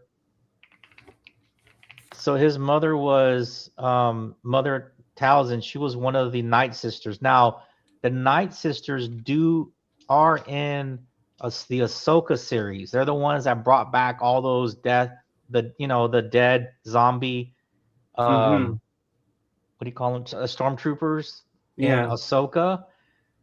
I mean, you could bring back Maul, but it's not gonna. I don't know if he would be the real Maul. It would just be like a zombie version. I don't know. I mean, you could do anything, but I don't know if the fan base wants Maul back. No. Do you want him back? I think his arc's already been. I don't think they don't need to bring him back. His story has been told. Do you think we're gonna get a season 2 of Obi-Wan Kenobi? I don't know. The actors want it. I think it would be cool. Yeah. No, the actors want it, but we'll see. And man, they got to do this fast because before they get too old, before the guy that plays Kenobi, what's his name? Ewan McGregor. Yeah, yeah, before he gets like super, you can't wait another 10. You know, you're not. He's gonna look too. I mean, I guess you could because he would look older, but Yeah, like he's anything with the actually guy younger that than plays me. Anakin, you got to do Yeah. it now. Yeah. You know what I If mean? we wait too long, he will start looking like what he did in the 70s version. Yeah, right. That's what I was saying. Yeah, I guess it would match with Kenobi. It might match, but that's not. You're not trying to tell that story. Kenobi was the more of the younger version, right? Not the Yeah. older version. Mm-hmm. So you'd have to film it now because he's gonna get too. He's gonna start looking older. I always thought Ewan McGregor was older than me. He was born 1971. Yeah, he's in his 50s. Yeah, like me. But I'm sure he could still pull it off. I mean, Yeah, they because have to make him. They have to do the makeup more. But the guy that played Anakin, he's in his late 40s or mid 40s. What was his name? Hayden Christensen. Yeah, Hayden. Yeah, how old is it? Hold on. Hayden.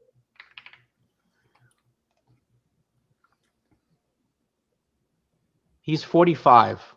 Wow. So if they're gonna do anything young Vader-ish, they need to like do it soon. Mm-hmm. Very true, yeah. Because I watched a series with Ewan McGregor and Charlie Borman where they ride motorcycles. Yeah. They had the Long Way series. And you know what? Ewan McGregor is so down to earth. He's not full of himself. He loves his fans. He likes talking to people. Like what you see on camera is how he really is. Yeah, so is Christensen too. He's pretty. They're both pretty cool dudes. Like if you met Ewan McGregor on the street and you Yeah. could go up and have a conversation with him, he'd hang out with you. Yeah. That's how nice he is. I'd love to meet Ewan McGregor. Yeah, they both are. They're both pretty cool dudes. That's what I've Charlie always Borman's heard. pretty People cool. that take pictures with them at like the crime cons and stuff like that. Yeah. There was one part where a door was opening in one of the long way series. You know what he did? He went like this, and the door opened. He was doing the force thing, like he was using the force. I thought that was so funny. Yeah, that was a very good series. I wish that he'd do some more of those because he really loves motorcycles. And there's one of the long way series he did where I thought it was not a good idea to have electric bikes. There's only so far you can go, and then you have to then the batteries don't work because it's cold out. You got to wait for the next morning when it's warmer, and even electric cars they you can only go so much. But I said just stick to the gas powered motorcycles. They're easier. You can go longer distances. Like you have a limited time with the electric ones. But he's trying to get all his vehicles at home to be electric. Do you think that's a good idea, or do you think it's a waste of time? That's probably gonna be the future. I don't know. I mean, I'm not ready for that yet, but it's probably be the future stuff. At least with gas, you can go longer distances. Like you have a battery life on your motorcycle. It's only going to last you maybe how many hours do you think? Oh, I don't know. I'm not sure. I mean, I'm pretty sure it lost a while, but Yeah, as long as you have the gas, you can keep going and the engine's right. And if you slow down on the highway, then you're screwed. Where are you gonna be? There's no charging stations if you're in the middle of the highway in the middle of nowhere. But some of the places they went to, oh, my favorite one was on the last one, the very last of the series, when they went to Machu Picchu. That was beautiful. That was gorgeous. You've seen all that series, have you? No, I don't. No, I haven't seen it. Oh, you have to watch it. When you watch Ewan McGregor not acting in the movie, he is so different. He's so nice. Like he's just so down to earth, and he really loves his wife and his son. It's like, oh, it's just beautiful to watch. And the places they go halfway across Europe on their bikes and that, it's amazing. They camp out. Sometimes they stay in hotels, and But it's pretty expensive because you got to get sponsored for all the shit, and where you're gonna get the motorcycles from, and stuff like that. Yeah, But I really enjoyed that series, and I think you would too, I'll have to check it Jorgen. out. So Jorgen, what's on the docket tonight? Is Doc going live? I don't know. I'm not a fortune teller. Because it's I'm Mother's Day. only an emperor. You're only the emperor. So you're so you know what you were before the emperor? You were Darth Sidious. Thanks for joining us today, Emperor. Yeah. It was James. It was fun, man. I gotta have to get out. Yeah, and I'm gonna be shutting down because I'm losing my voice. We've gone for 3 hours and 9 minutes, people. I want to thank you all for being here today, and Dawson for being back co-hosting with me. We nerded out, talked about Star Wars. I learned some stuff I didn't know today, which was good. Go And watch some more stuff. Go catch I'm up. gonna on watch some some more stuff maybe tonight or tomorrow, depending Yeah. how I feel. Yeah. And we'll probably be back next Sunday. I have to talk to Dawson on Wednesday when I'm on Kate's. So I want to thank everybody for being here today. And may the force be with you. And as I say in my channel, Beatles forever. See It you was on the nice next seeing you one. guys. May the Bye force be for with now. you guys. Enjoy the movie in 2 weeks. Take I care. will. Bye bye. See you soon, Mr. Beckham. Bye Bye. bye. Bye, everybody. And we are